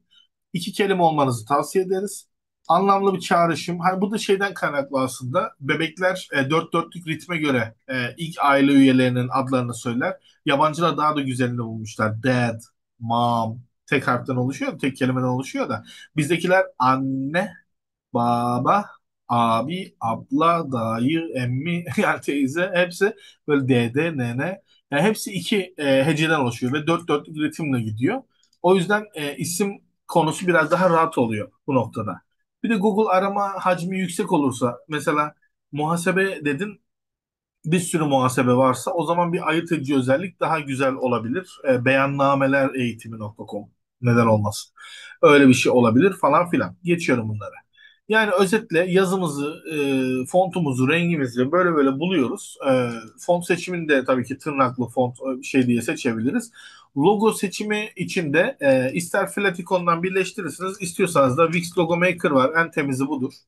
Geliyorsun buraya kendi logonu yap diyorsun. Tasarla diyorsun. Mesela ben buraya gelip Begin Joe'nun logosunu işte tekerlek olarak yapmışım. İşte tekerleği yeniden icat etmek falan filan gibi. Yeni marka oluştur diyorsun. Geliyorsun buraya ben bir logo yapacağım. Adı logo olsun. Mesela logo tasarım yapan bir firma olsun bu. Adı da logo olsun. Dinamik, eğlenceli, şakacı, yaratıcı, hipster olsun, yeni olsun, modern olsun, zamansız olsun. Geçtim. İşletmenizin adı nedir? Logo. O kadar. İleri dedim. Sloganınız nedir? Bulmak bizim işimiz. Geç ne olacak? Bunu böyle yaptığında seninle ilgili bir çalışma yapıyor. Ee, işte rengini, fontunu bilmem nesini zaten sana uygun ayarlamaya çalışıyor. Sen buradan artık renk de seçebilirsin. Yani kalkıp böyle seçmene gerek yok. Mesela burada var bir sürü şeyler. Mesela buradan bir şey seçtin, ettin. Logo mesela. Logo yapıyor. Kalem. Çok güzel. Şöyle bir girdim. Baktım gri kahverengili. Aşağı iniyorum. Kartvizit böyle görünecek. Telefon uygulaması Instagram böyle görünüyor. Ürünlerin böyle görünüyor. Çok güzel. Buradan her şeyi de görüyorsun. Özelleştir dediğinde de direkt bunu özelleştirme alanına gidiyor. Şöyle aşağı doğru gideyim mesela. Logo falan böyle anlaşılmaz şeyler de olabilir. Ama ben kalemi sevdim mesela. Ya bakıyorum böyle. Ya şu da varmış falan filan. Logo, logo. İkonu kendin de seçebiliyorsun bu arada. Ama bak şu da güzelmiş. Hadi bunu seçtim. Bakıyorum şöyle falan filan. Tamam diyorum o zaman. Özelleştir. Buna geldiğinde rengini bilmem nesini hepsini seçebiliyorsun. Sana bütün platformlarda işte YouTube, orası, Google hepsinin şeyini veriyor. Mesela tıklıyorum buna. Düz renk diyor mesela. Tamam. Palet. Nerede şu? Ha buradan renk de seçebiliyorsun böyle farklı renkler. Kendin de yapabilirsin. Şu güzel miymiş diyeceğim de. eh, çok kötü. Ha böyle diyelim. Şuradan şablonlara geldim. Mesela burada farklı farklı sistemler var. Simgeler var. Mesela şunun yerine başka bir şey seçebilirim. Renge geldim. Yok ben bunu beyaz istiyorum deyip beyaz seçebilirim. Seçtim. Şekiller, görüntüler bir görüntü yükleyebilirim. Arka plan mesela mavi değil de siyah olsun diyebilirim. Ha, ya da buradan pastel bir renk seçebilirim falan filan. Ha, böyle bir şey ayarlayabilirim. Gelip beğeniyorsun bunu. Sonra da diyorsun ki bana bunu ver. 60 liraya falan çıktısını alıyordun. Son zamanlarda böyle bütün her şey markalı sitesi bilmem nesi falan ve bunların hepsini de yap gibi seçenekler çıktığı için bir sürü seçenek sunuyordu. 60 liraya buradan alabiliyorsun direkt yüksek çözünürlüsünü. Ama bütün platformlar falan her yerde olsun şu su bu su falan filan gibi şeyleri de vardı. Buradan da seçilebiliyordu diye hatırlıyorum. Ama sen zaten burada aldın. Ekran görüntüsü alıp oradan da ilerleyebilirsin. Durumu var yani. Şunun mesela noktaları var sadece burada. Hani şöyle bir ekran görüntüsü 40 diyorum. Şöyle alsam sonra da onu bir yerde çalışırım. Yani noktalarını silerim ya da bir şey yaparım falan filan. Yani yapay zeka atarım bana bunu ver derim bana logosunu üret falan derim. Şey yapar yani. ChatGPT değil Sora mesela. Sora daha iyi oluyor. Video oluşturma alanı burası. Buradan şey yapıyorsun diyorsun ki bana bir tane logo ver. Şunun logosunu üret falan diyorsun. Hop library'den seç falan filan yapıyor. Çok zaman alacak böyle şey yapmayayım. Buraya yüklüyorsun. Sonra diyorsun ki görüntü oluştur. Birebir ölçüde kare olsun. İki tane var versiyon olsun diyorsun. Yani bunu buradan seçtiğinde böyle direkt şey yapabiliyor. Ha, gelmişiz iyi. Kolayımızdaymış. Hemen atayım şöyle. E, make this logo better falan diyelim hadi. Böyle yapsın. Şöyle de Quake oluşturuyor. Sonra tıklıyorsun ona. Diyorsun ki hazır olduğunda bana burada göster. Bunun böyle bir durumu var. Sosyal medyalarını falan alıyorsun. İstiyorsanız storytelling oluşturabilirsiniz. Bazı insanlar aldıkları markanın böyle bir hikayesi olmasını çok seviyorlar. İşte mesela bu Ahmet. Ahmet aslında iş yerinde çok büyük sıkıntılar yaşıyordu. Sonrasında da karşısında şu oluyordu. Bir gün bunlara yeter artık dedi ve bilmem neye şey yaptı. Kahramanın yolculuğu gibi böyle hani başına bir şeyler geldi. Tabii ki her şey kolay değildi. O yüzden birden karşısına şu çıktı. Hani falan gibisinden böyle hani ilerleterek storytelling oluşturabilirsiniz. Bunu da oluşturmanın yöntemleri var. Neyi yapmak istiyorsanız genelde internette Canvas yazarsanız sonuna bunun kolaylaştırıcı kanvasları çıkıyor her yerde. Nedir işte amacımız nedir? Bizi öne çıkaran şu yok mu çözünürlüğü daha güzel bir şey. Bakayım şöyle. Ha şu da var bir tane mesela yapılmış. Tamam. Amacı var mesela işte bir storytelling'in. Nedir amaç? İşte şunu yapıyor. Hangi müşteri kitlesine hedefliyorsun? Onu yazıyorsun. Sonra hangi kanallardan paylaşacaksın? Modumuz ne? Daha böyle yumuşak, daha sakin, daha bilmem ne mi yoksa agresif mi? Asıl burada vermek istediğim mesaj nedir? Falan filan. Öncesi, girişi, aha momenti, conclusion'ın sonucu ve ondan sonrası. Hani belki buralarda post apokaliptik dünyaya girdim yok yani falan filan diye de ilerleyebilirsiniz. Yani storytelling kanvasında oluşturup bakabilirsiniz. Bir de insanları buna motive edebilmek için gamification kanvası yapabilirsiniz. Bu da sizin için güzel olur. Burada da oyunlaştırma kanvası deniyor. İşte oyuncuların kim? Bunlar nasıl davranıyor? Mekaniklerin nelerdir? Durduk yere mesela öylece durduğunda idle time'da neler oluyor falan gibi. Hani bir şeyleri oyunlaştırırsan iş kolaylaşır müşterilerin için. Mesela nedir? En fazla arkadaşını davet eden, yani mesela müşterilerim, oyuncularım. Oyunun mekanikleri. Birini davet ettikçe puan kazanıyorsun. Kazandığın puanları harcayabiliyorsun gibi. Davranışlar. Onlara karşı sürekli bir işte şey var. Yukarıdan bir dede var. E, Evladım şunu yap sana bilmem ne yapayım. Bunu yap senin bilmem neni kolaylaştırayım falan filan gibi bir şey yapıyor. Hangi platformda? Bilgisayarda mı, mobil uygulamada mı, kendi web sitemizde. Hani gibi. Buradan belirleyerek oyunlaştırmanızı yapıp müşterilerinizi diri tutabilirsiniz. Hatta bir tane Instagram hesabı daha bugün gördüm. Size bir şeyleri öğretiyoruz diyor. İngilizceyi mi, feni mi, bilimi mi neyse işte. Ve işte günlük sorular morular bir şeyleri çözdürtüyor. Sana puanlar veriyor. O puanlarla bir şeyler yapabiliyorsun. Mesela eğitimi oyunlaştırmalı hale sunmuş. Hani atıyorum işte ne bileyim farklı bir şey de olabilir. Burçlarla alakalı olabilir, bilimle alakalı olabilir, davulla alakalı olabilir. Her şey olabilir. Bunları oyunlaştırıp daha insanlara kolay bir şekilde sunabilirsiniz. Bu arada şeyi merak ettim. Sonra ne yaptı? Heh, yaptın mı? Aa, bak burada diyor. Heh, bak arka tarafını temizlemiş. Şurada bize böyle vermiş. Ben bunu istiyorum diyorsun. Artık bunu alabiliyorsun. Logomuzu tasarladı. Bitti. Yapay zekanın böyle güzelliği. Girişimin kahramanın yolculuğu durumları, işte ölüm vadisi. Bu çok önemli bir şey aslında. En azından bir tane görselini göstermem size güzel olur. Dead Valley. Şimdi girişimlerin dönemleri vardır. İlk başta işte ürünü çıkarsın, bir şey yapmaya çalışırsın falan filan böyle başlangıç aşaması. Elinde para vardır. Onu harcaya maaşını işte 6 aylık ben kredimi çekip mesela öyle işe girmiştim. Harcaya böyle erken aşamalarda araştırmamı yaptım. Sonra ürünümü geliştirdim. Tam böyle ürünümü bitirdiğim anda cepte ne para kaldı, ne motivasyon kaldı, ne bir şey kaldı. Bir tek ürünüm var elimde. Şu anki durumuma da çok benziyor. Kolay başlıcı o mesela. Hani geldim ürünümü bitirdim. Şu an İngilizce'ye çevireceğim, yurt dışına çıkacağım. Şu noktada kaldım. Reklama verecek para bile yok. Hani şu evreden sonra benim yukarı çıkış yapmam lazım. Reklam vereceğim, tanımadığım insanlara ulaşacağım, onlara satacağım ve bu aşamadan sonra yukarı çıkacağım durumu. Yani sizin de bu Death Valley'i görüp bu duruma düşeceğim ben deyip planınızı yapmanız lazım. Yani en azından reklamınızı hani kimlerle nasıl ilerleyeceksiniz, ne edeceksiniz bunların hepsini görmeniz lazım. Death Valley kısmı sizin için çok önemli. Bunu bilmeyen insan mesela burada batıp bırakıyor. Sonra girişimcilik bana göre değilmiş ya falan deyip gidebiliyor.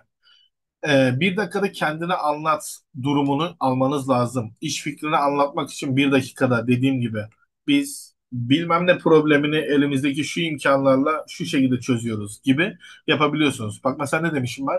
Bir dakikalık test çözüyorsunuz, ardından size özel bir yol haritası çıkıyor.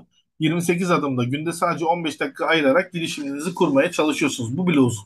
Ya bundan bile daha kısa olması lazım. Ortamlarda satmalık bilgiler edinin. Logos, etos, patos bu çok önemli. İnsanların mantığına hitap etmek, insanların işte duygularına hitap etmek, patos ve güvene dayalı ilişki kurmak. Yani logos, etos ve patos dediğimiz.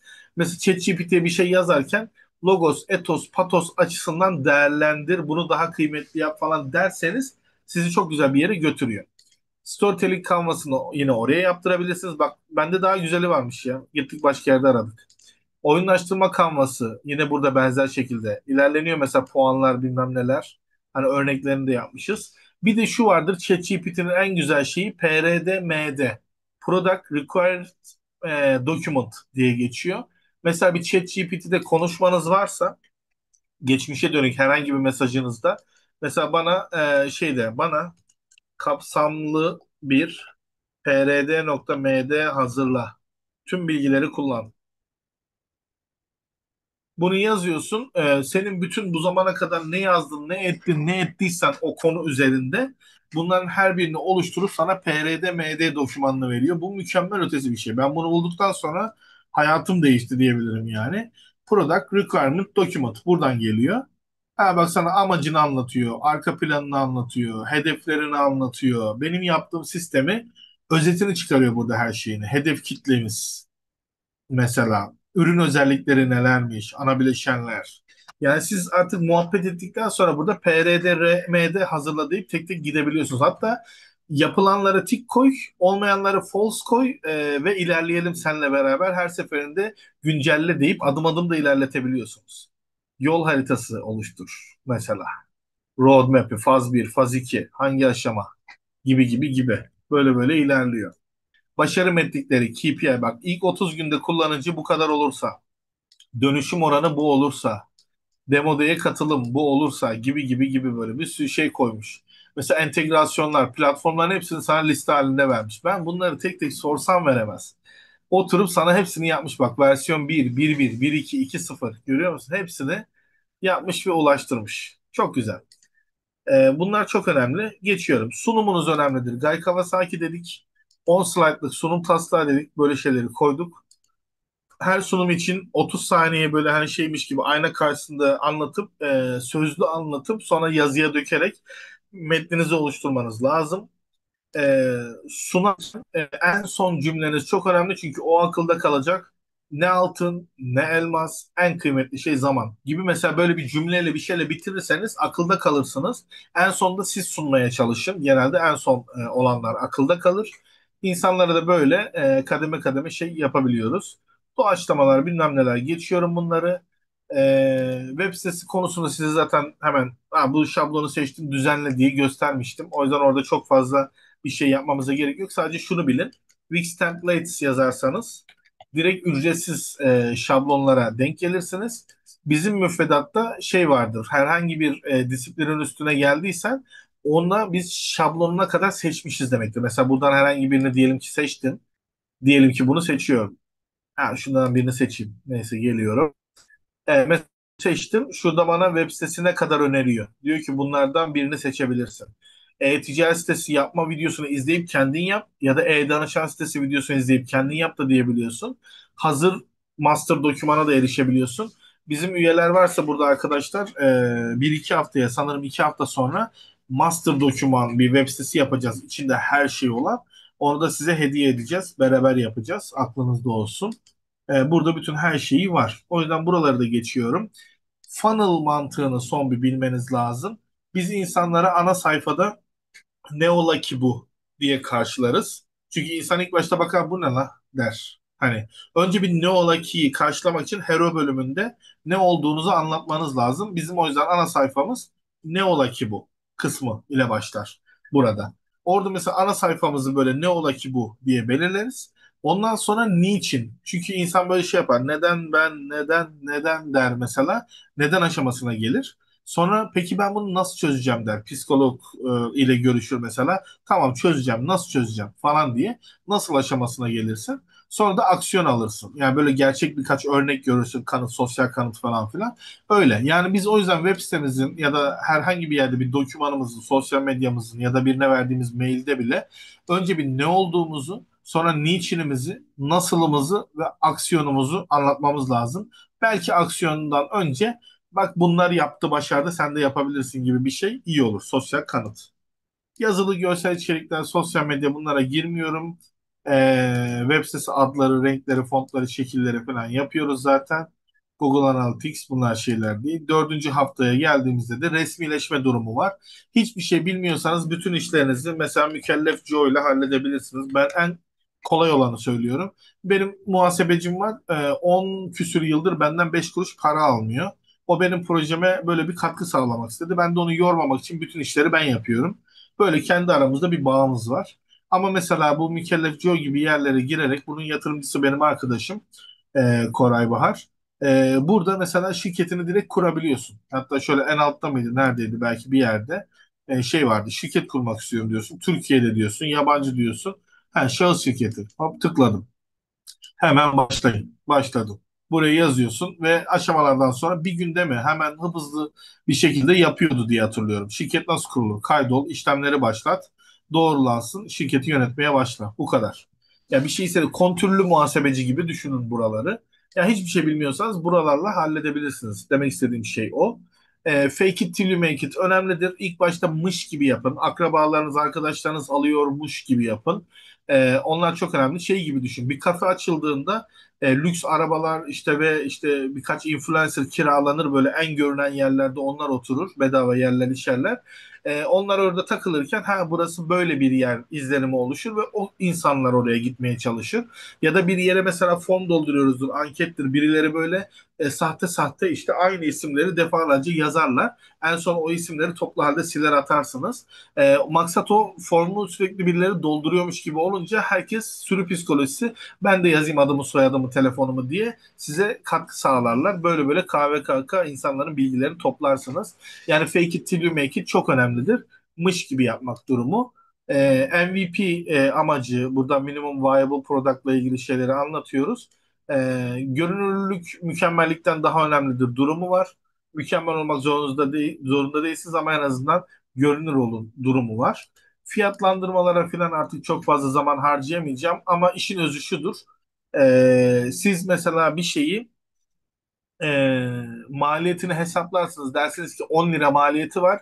Ben bunu 20 liraya satayım, kar elde edeyim falan filan diyebilirsiniz. Ama müşteri kitleniz bunu hep 200 liraya aldıysa sizin 20 lirayı dolandırıcılık gibi görebilir. O yüzden müşteri kitleniz buna ne kadar paha biçiyor. Fiyatlandırmanın asıl önemli noktası odur biraz. Bu yüzdendir ki onlara göre biraz ilerlemeniz lazım. Kendinizi hep bir uzaktan şöyle bir bakın. Ya piyasadaki bütün buzdolaplarını falan koyun. Siz buzdolabı üretiyorsanız hangisi ne kadara satılıyor bakın. Ben ne kadara satarak bunların önüne geçebilirim? Fiyat performans mı olacağım? En iyi mi olacağım? Yoksa işte nasıl hizmet vereceğim? Yukarıda seçtiriyorduk size. Orada onu belirleyin. Yani ben bu işin en iyisi miyim, en ucuzu muyum falan filan gibi.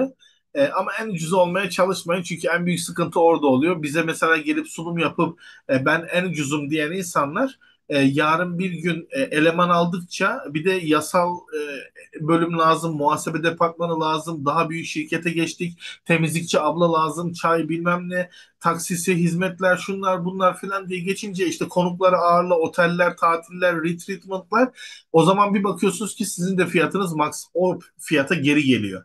Bu sefer ne oldu? Ucuz oldum, bir işe yaramıyor.